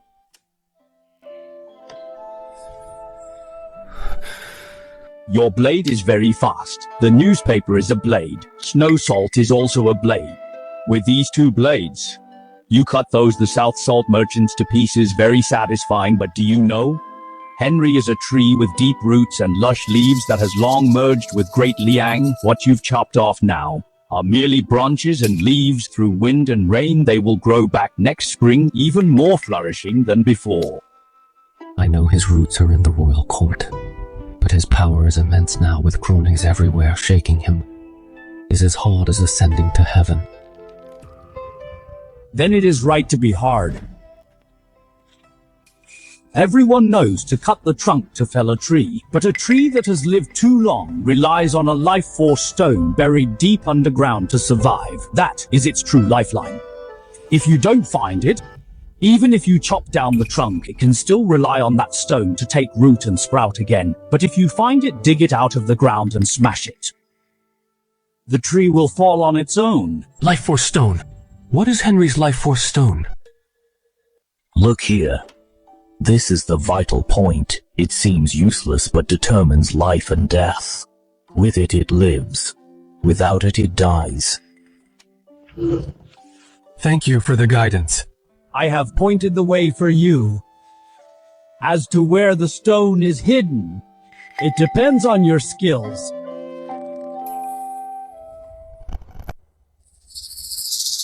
If there is nothing else. Your Majesty, Speak. I have a report. I wish to impeach the Gemery Mint official, Ethan. His first crime: using the Shen family's merchant status and cheap tricks. He monopolized the South salt trade for personal gain. He waged a price war, destroying almost all salt fields, making thousands of workers homeless. He fights the people for profit, shaking the state's foundation. Royal Father, please let me speak. Ethan is... Lord Yanis, continue. His second crime, privately publishing Capital Times, using paper as a weapon to mislead the public. It publishes street rumors or erotic tales. What is worse, he dares to discuss salt prices, inciting the public. Your Majesty, Ethan controls salt profits with his left hand and public opinion with his right, deceiving the ruler above, confusing the people below. Such a traitor, if unpunished, will threaten the court and ruin our nation of foundation, Your Majesty. Royal Father, don't just listen to one side. I beg you, let Ethan defend himself. You think winning the people wins the world? But this world belongs to the Emperor. You won the people, but lost the Emperor's favor. Let's see how you fight me. Regarding this matter, I understand. Send the Black Armor Guards to thoroughly investigate Gemer Mint and all matters of Capital Times. I'll decide after the investigation. Court dismissed.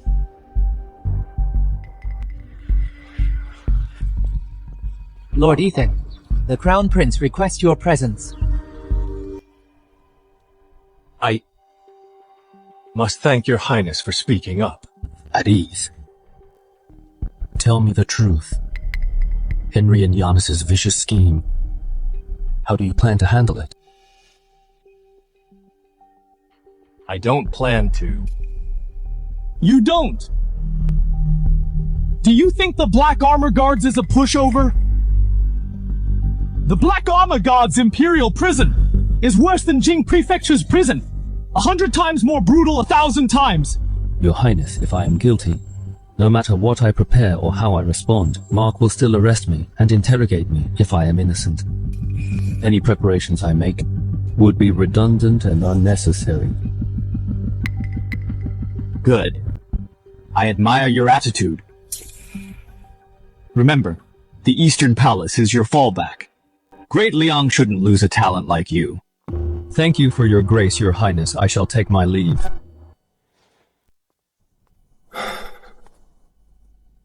Whether we can pull out Henry depends entirely on you.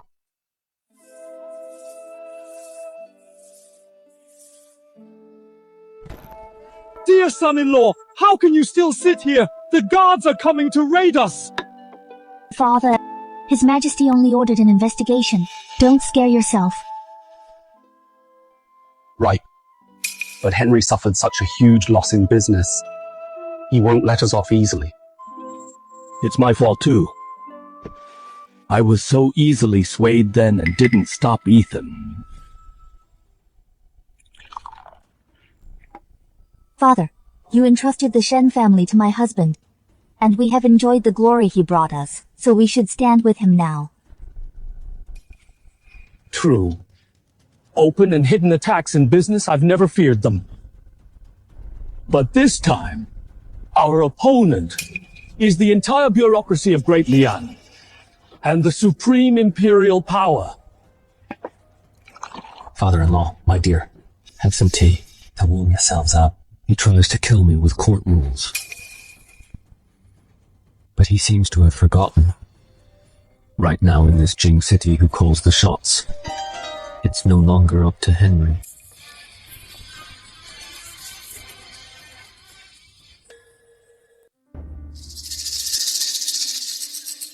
Dear son-in-law, do you have a fever? Why is he confessing? He has his court. I have my newspaper. He wants to kill with a pen. Then let's see. If his scribes are stronger, or if my pen can strike the heart deeper.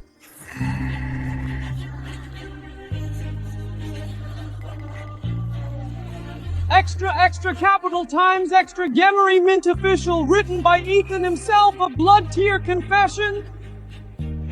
Come and see Upright Ethan has a message for the whole city. I, Ethan, am guilty. Since I arrived in Jing City, by the grace of the Emperor and the Crown Prince, I was appointed to Gemera Mint. I was deeply humbled, working day and night, only to serve the state and the people and do my meager part. But today, a royal censor impeached me with 2 major crimes. I thought about it over and over, tossing and turning, and finally realized the censor is absolutely right. I, Ethan, am guilty.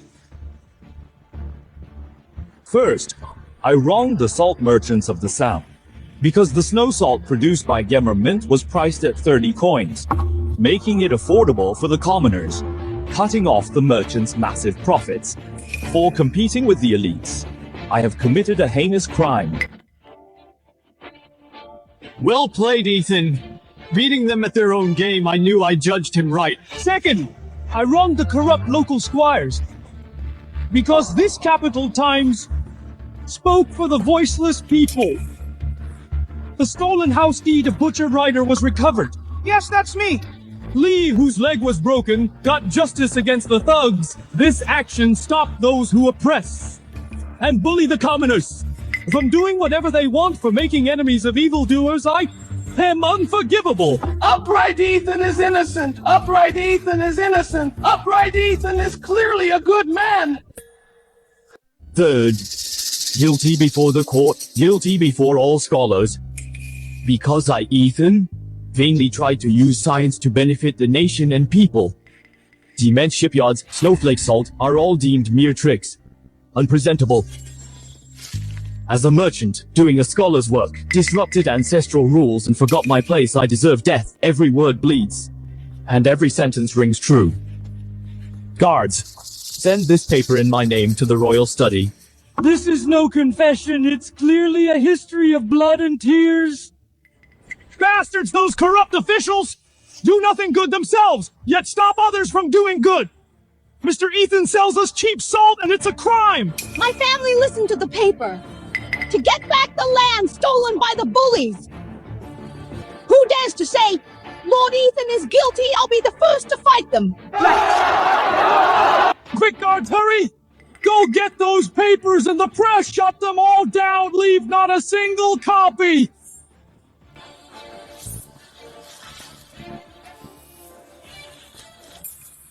Go, everyone, disperse! Ethan is innocent! Lord Ethan is innocent! We plead for Lord Ethan! What? Is this what the Black Armors found? Your Majesty, these are the petitions from the people at the palace gates. Your Majesty, this paper was sent from the East Palace. Look, this is printed. That copy looks handwritten. Your Majesty, there's a line of fine print. This... If pleading for the people is a crime, I, Ethan, will never regret it. I only seek the truth to shine, to restore justice to the world. Your Majesty, I implore you to imprison Ethan immediately to uphold the law and calm public outrage. Minister Yanis, you keep talking about public outrage. Then, I want to ask you, is this what you call public outrage? What I see is the people's full support. My subjects, for someone willing to speak for them and sell them cheap salt, are spontaneously pleading for him. This matter ends here. Anyone who speaks out of turn will be deemed equally guilty.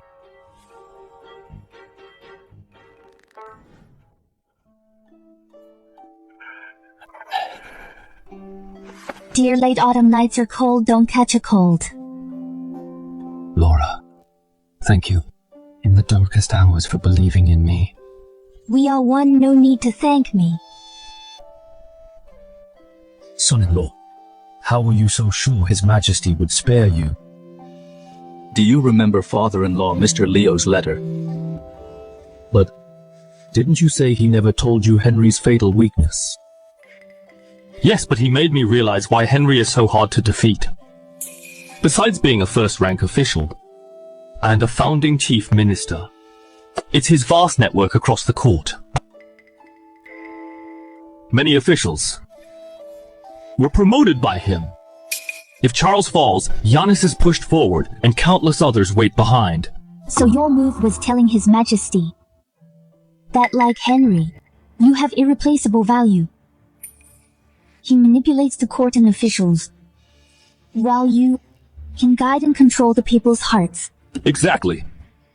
As a blade, like Henry, I can be used by the Emperor, and am even sharper.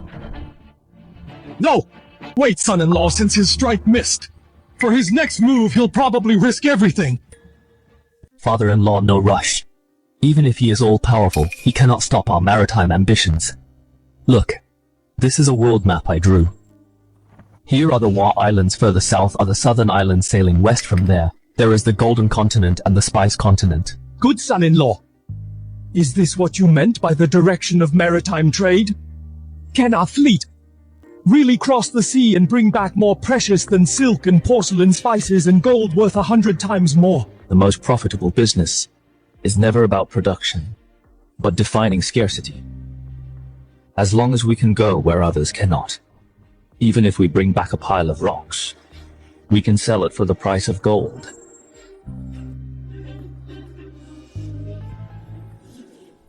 Come in. I have figured it out. Competing with a peasant in farming is just asking to be humiliated. Outsmarting a merchant at his own game is even more foolish. If he refuses to play by the court rules, then I will not play his business games either. Sir, what is your plan? I will wipe out his business. Is Gemma Mint and the man himself off the map of Great Liang completely? Give the order. Go to the Office of Transmission, and my proteges in the Censorate and 6 ministries pass a message. Tell them the war pirates have returned. Your Majesty, I am guilty! Here we go again. You are addicted to acting. Can you come up with something new?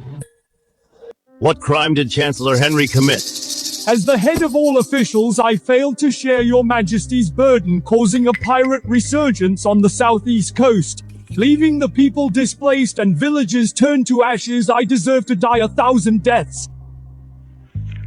This is an urgent 800 Li Express report from Zhejiang's governor. A month ago, dozens of pirates raided a fishing village in Pacific Prefecture, burning, killing, and looting, causing heavy casualties. All valuables were completely looted. Keep going. Your Majesty, the pirate threat has a long history. Why is it never eradicated but only growing worse? I have thought about it and finally found the root cause. The root cause is opening up maritime trade. What an old fox.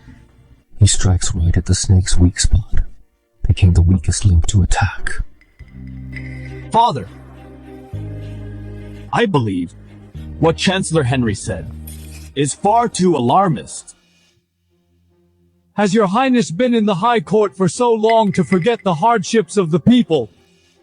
Chancellor Henry, that is a vicious accusation. Watch your words. Your Majesty, pardon my bluntness. It's exactly because of the open sea and endless merchant ships that pirates have targets to loot. It's exactly because of the open ports that pirates have entry points. Although the pirate threat is urgent, opening up maritime trade was vital for economic prosperity. If for a minor ailment, we close our borders, then how will Great Liang expand its territory and achieve grand ambitions? So according to your Highness, maritime trade tax profits matter more than the safety of millions of Great Liang's coastal residents and a century of maritime border peace. For a little trade profit, you'd forsake the safety of ancestral lands. That is putting the cart before the horse and a move that ruins the nation. I implore your Majesty to prioritize the state and the people's safety. Reinstate the maritime ban. Not a single plank shall enter the sea. I second that.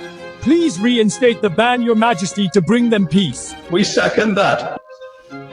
This matter is of great importance. We'll discuss it in 3 days. Court dismissed. The sea ban. So this is his trump card, a truly fatal blow. Wiping them out completely, leaving absolutely no way out. Chancellor, your move is a stroke of genius. Even with Ethan's supreme abilities, he could never have expected that we'd strike via the sea ban policy. Indeed. Once this policy is enacted, his Gemera mint snow salt, and seafaring fleets will all become useless scrap. Let's see how he survives this.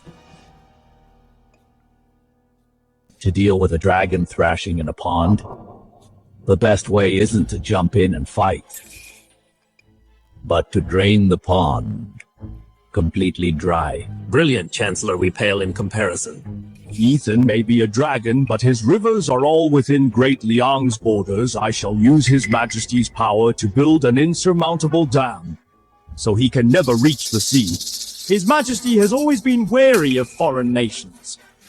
And the pirates are his major concern. Using pirates to hand His Majesty a weapon has struck right at his deepest fear. Right, my report today was for the nation and the people fully grounded in national righteousness. Doesn't Ethan love to manipulate hearts? Let's see him handle this. With his petty profits, how will he argue back? The Crown Prince wants to protect him. I fear. Even the Crown Prince cannot override ancestral law and border defense. In 3 days, it will be the end for Ethan and Samuel. We're doomed. Good son-in-law. We're truly doomed this time. The sea ban is an ancestral policy. Who dares to oppose it? That would be going against our ancestors. Henry's move is using His Majesty's hands and the voices of all officials to kill us. Father, warm your hands. Son-in-law, take my advice. Let's just give up. Our shares in Gemera Mint and the salt permits, let's hand them over. We'll sell the shops and lands in Jing City. And return to our hometown. Keep our doors closed, and we can live in peace for a few years.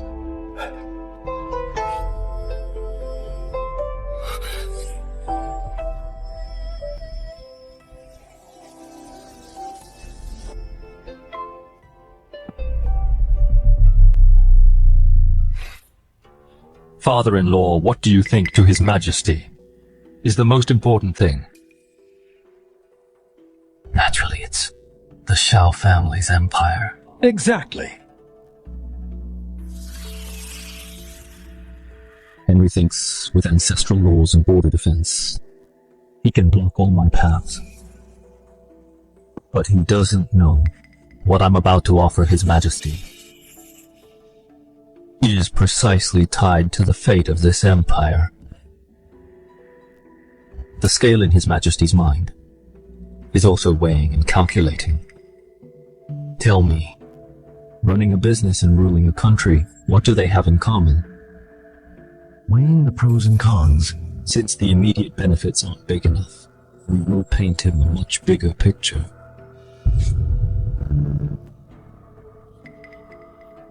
Paint a picture. Walter, prepare the carriage and gifts. I'm going to Greenfield again tomorrow. My lord, I am Ethan. I'm here to treat you to some wine. You brat. What trouble have you run into? I don't drink just any wine. I understand. Last time I was here, I smelled the aroma of aged wine in your room.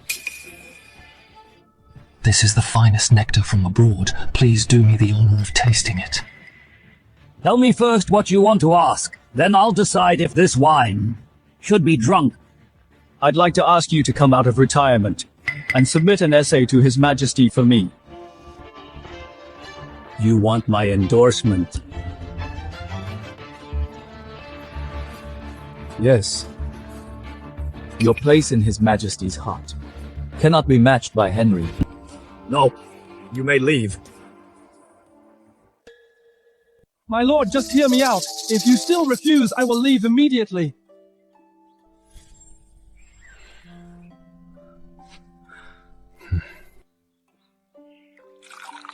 Speak when I finish this wine. I'll close my doors to guests. Understood. Just one thing, sustain war with war. Would you agree?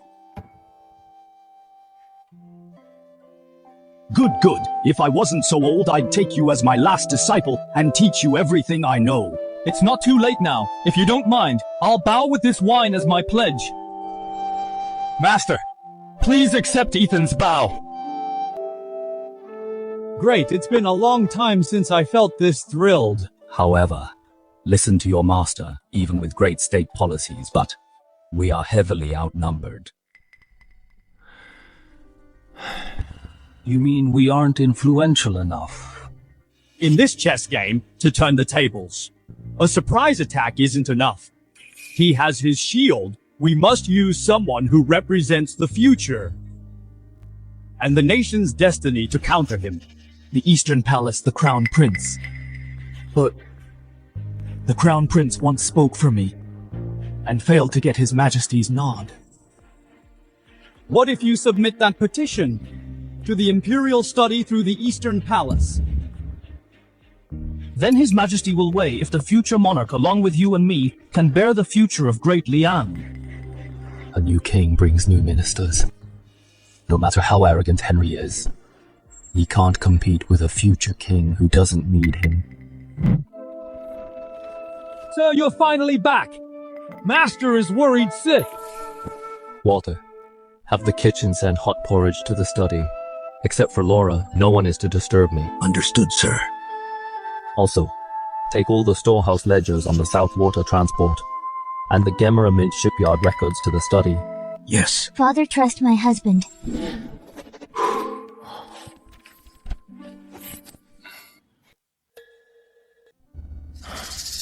Tomorrow is the 3-day deadline. If the maritime ban is enforced, the future of Great Liang. Your Highness, the Shen family sent someone to deliver something. Quick! Bring it to me! The future of Great Liang lies in the sea, not on land. Open the sea trade. We can establish maritime trade offices to collect commercial taxes widely. 1 year of revenue can match the South's autumn grain tax. After 3 years, the Treasury will no longer face deficits. With the tax silver, we can build a royal navy. Within 10 years, we will have an invincible fleet ruling the 4 seas. Pirates and the like can be wiped out effortlessly. With a strong navy protecting our merchant ships, we can spread Great Liang's prestige overseas. 10,000 nations will come to pay tribute in no time. Guards! Summon Ethan. Don't let anyone know. Yes, Your Highness. Your subject Ethan greets the Crown Prince. No need for formalities, sit. I want to know if what you wrote in the policy essay is truly a brilliant strategy in your mind, or an impossible pipe dream. To answer Your Highness, I don't know about brilliant strategies. I only know how to crunch numbers. Have you ever calculated how much silk Great Liang produces a year? If the maritime ban causes it to rot in the South's warehouses, how much the loss would be? If we export it by sea, how much silver it could fetch? If fishermen can't go to sea and lose their livelihoods, how much else is lost? If we open the sea and build ships, how many carpenters and blacksmiths can feed their families and make a living? What you said is exactly what I've been thinking, but no matter how good the blueprint is, it's still just talk on paper. Behind Henry stands a court full of conservative officials. Once this is implemented, it will surely shock the whole nation. What if we add Mr. Leo? Mr. Leo, can you get him out of retirement? I am honored to be guided by Earl Leo and accepted as his disciple. My master personally said he is willing to fight for Great Liang's future. If we fail, you'll be doomed forever, and I will lose all prestige, shaking the foundation of the state minister Ethan. The risk is too great, so great that I cannot afford to take it. Your Highness, a ruler preserving the status quo can keep Great Liang stable for a century. But only a pioneering ruler can create for Great Liang an unprecedented golden age. Your Highness, are you content to just preserve the status quo?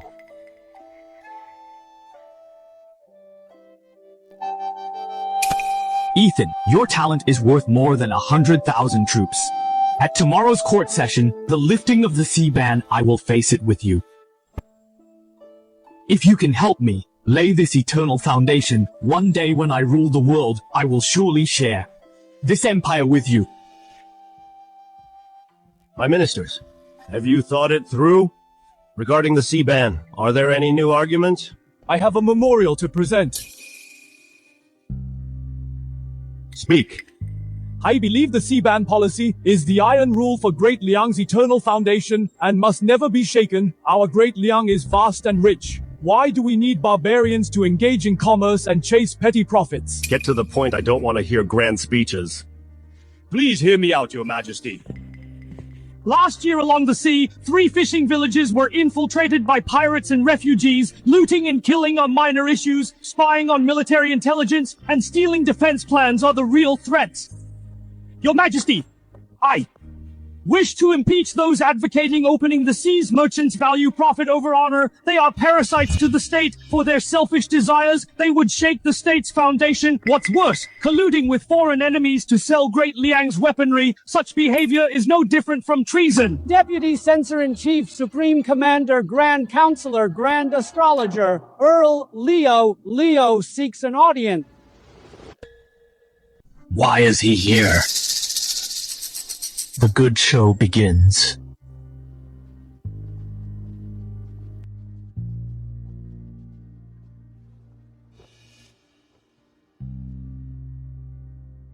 Your subject greets Your Majesty. Your Majesty, long may you reign.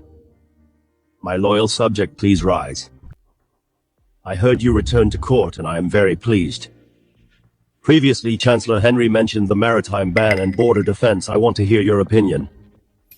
Your Majesty, Great Liang has endless coastlines. Better to regulate than to block. Banning won't completely stop it. Rather than letting citizens become smugglers, the court should find a way to legalize it and turn a crisis into an opportunity. Mr. Leo, you've been away from court for long. How would you know the hardships of governing? I lead the Secretariat, the 3 departments, and 6 ministries. None of these are trivial.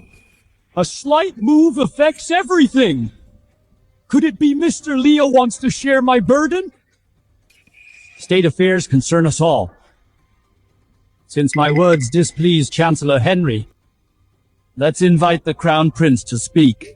I see Mr. Leo came here for the Crown Prince to pave the way.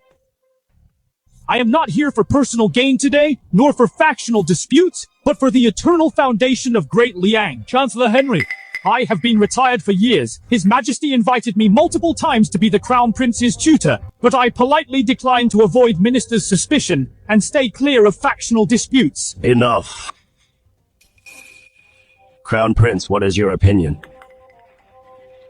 I believe the ancestral border defense system shouldn't be changed lightly. However, times have changed. The law must advance with the times. Opening or banning the sea, which matters more, can be figured out with math. Data and ledgers won't lie. Father, please take a look. This is the policy paper I ordered Gemra Mint's agent, Ethan, to write the pros and cons of opening the sea. The account ledgers clearly record the revenues and expenses. Now I want to ask you, Father Chancellor Henry, and all ministers, beyond the seas, rare treasures pile up like mountains. Great Liang, why don't we take them? If we sustain war with war, why wouldn't we dare?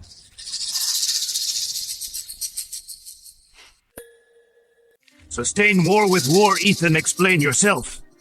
In reply to Your Majesty, what I base this on is sailing to the Golden Continent and taxing trade with the Spice Isles to fund our naval forces and repel the pirates. In an endless cycle, we expand our territory. Ignorant child. What Golden Continent or Spice Isles? I've never heard of them. Seeing is believing. I dare not debate Chancellor Henry with mere words.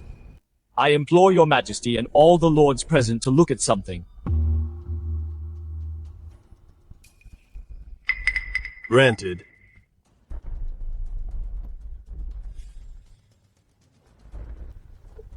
What is this nonsense? Absolute nonsense. This is the Sky Hall. How dare you bring such scribbles to play tricks here? Indeed, what did he draw? It's a complete mess.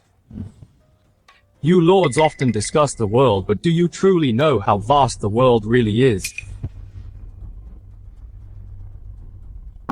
Please look, Your Majesty.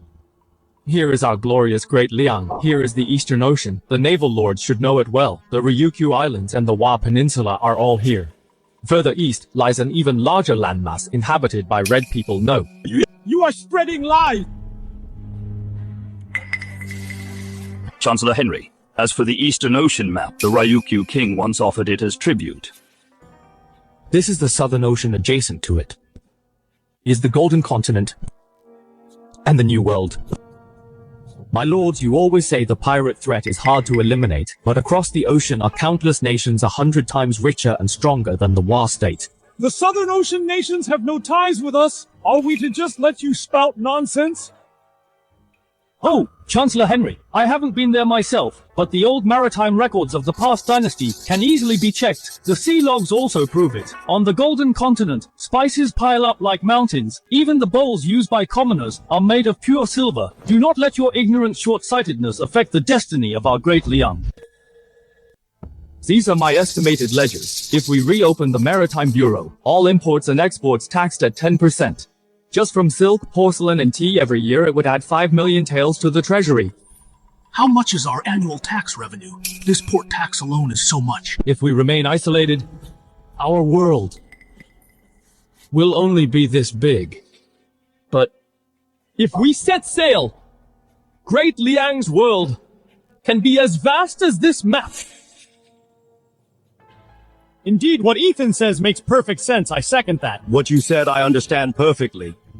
But as the Ministry of War said about the pirate issue, how do we solve it? If for 5 million taels we lose an inch of our land or harm our people, no matter how much silver, I would rather decline it. Your Majesty is wise. Such merchant talk only sees gold and silver with no regard for the nation. Prime Minister, calm down. What I just proposed is merely the profit of lifting the ban to build Great Liang's first unprecedented and invincible navy that is sustaining war through war. I only have one question. Where will the money come from? Forget 5 million taels a year. Even 10 million might not be enough. The money will come from this vast ocean. The Maritime Bureau's tax silver won't go to the Ministry of Revenue. We'll establish a Navy office with earmarked funds used entirely to build a fleet and recruit sailors. Nonsense! If this tax doesn't enter the treasury, how can the Ministry of Revenue balance the books? Are the Ministry of Revenue's debts not enough already?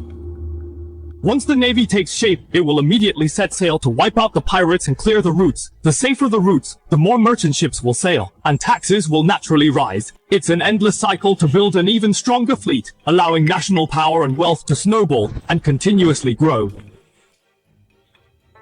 Father, such a brilliant strategy. I implore you for Great Liang's future to approve it. The theory sounds good, but that invincible warship you mentioned compared to the wavebreaker you presented must be even better. If even Gemmer Mint hasn't built one, who else can build it?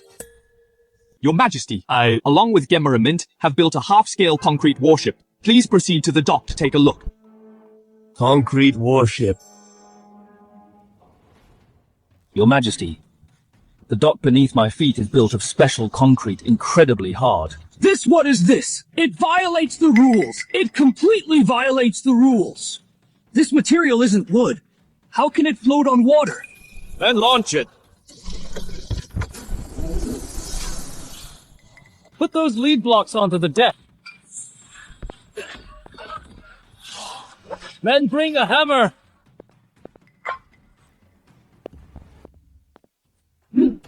A divine artifact. This is a divine artifact. How can there be such a hard material? Your Majesty, this uses Gemmer Mint's specially developed material concrete mixed with river sand and gravel, then framed with steel bars and cast together.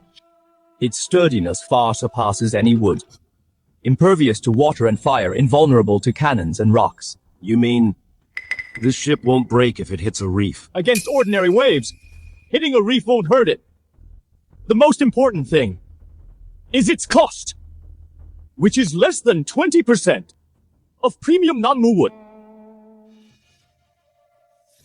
This is what I have prepared for your Majesty and our Great Liang Navy as the first humble gift. With this divine ship, why worry about the pirates? Why worry about our overseas prestige? Good. The maritime ban shall never be mentioned again. Effective today, we establish the Maritime Trade Supervisorate To oversee all maritime trade affairs, its tax revenue will not go to the Ministry of Revenue. Furthermore, a naval bank will be established with earmarked funds to fund naval construction and training. Your Majesty, Ministry of Revenue. The Maritime Supervisorate is a pillar of the state, bearing the future of Great Liang. For the next century, this matter will be overseen by the Crown Prince. To show the court's priority, your son accepts the decree. Gemma Mint Clerk Ethan is exceptionally wise, offering blueprints and strategies with immense contributions, is hereby appointed Supervisor of Maritime Trade as a 5th rank official to assist the Crown Prince, specializing in cement ship construction, exploring new maritime routes, and overseas trade affairs. Also granted the goldfish pouch with authority to act at his discretion. All internal affairs of the Supervisorate can bypass the Secretariat and be reported directly to the Crown Prince. Your subject Ethan humbly accepts the decree. Long live the Emperor! Long live the Emperor! Come on in! Right this way! The master said no matter who it is, everyone must follow the rules. My good son-in-law, I, your father-in-law in my whole life, never imagined our Shen family would see this day, not by relying on mountains of gold and silver, but by an honorable official title relying on you, earning us such immense prestige. From now on, who would dare say that I, Samuel, am a lowly merchant? Who would dare? Samuel's son-in-law is a 5th rank court official, the maritime supervisor assisting the Crown Prince. Son-in-law, Master the Chief Administrator from Prince Ivan's manor has come with a congratulatory gift. Prince Ivan? Isn't he guarding Peiping? Why would he send a gift? Prince Ivan, the future emperor, creator of the Great Liang's peace era, has he appeared. Please let him in. I am Gavin. Greetings, Commissioner Ethan. You have come a long way, Chief Gavin. Excuse my lack of a proper welcome, please forgive me. A small gift from the north, just a token of my respect. His Highness has heard of your great talent, creating a century of wealth for Great Liang. He admires you greatly, and sent me to congratulate you. This is a secret letter from His Highness. Please, Commissioner, open it yourself.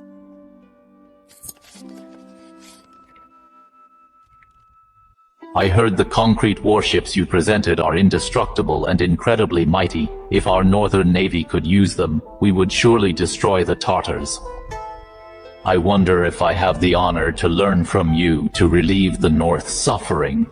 Prince Ivan cares about the state guarding the border. He has done a great service. I admire him deeply. Once the Maritime Commission's affairs are on track, if there is a chance, I will surely seek his advice on his iron military discipline. Then I will excuse myself. Farewell. This prince is up to no good.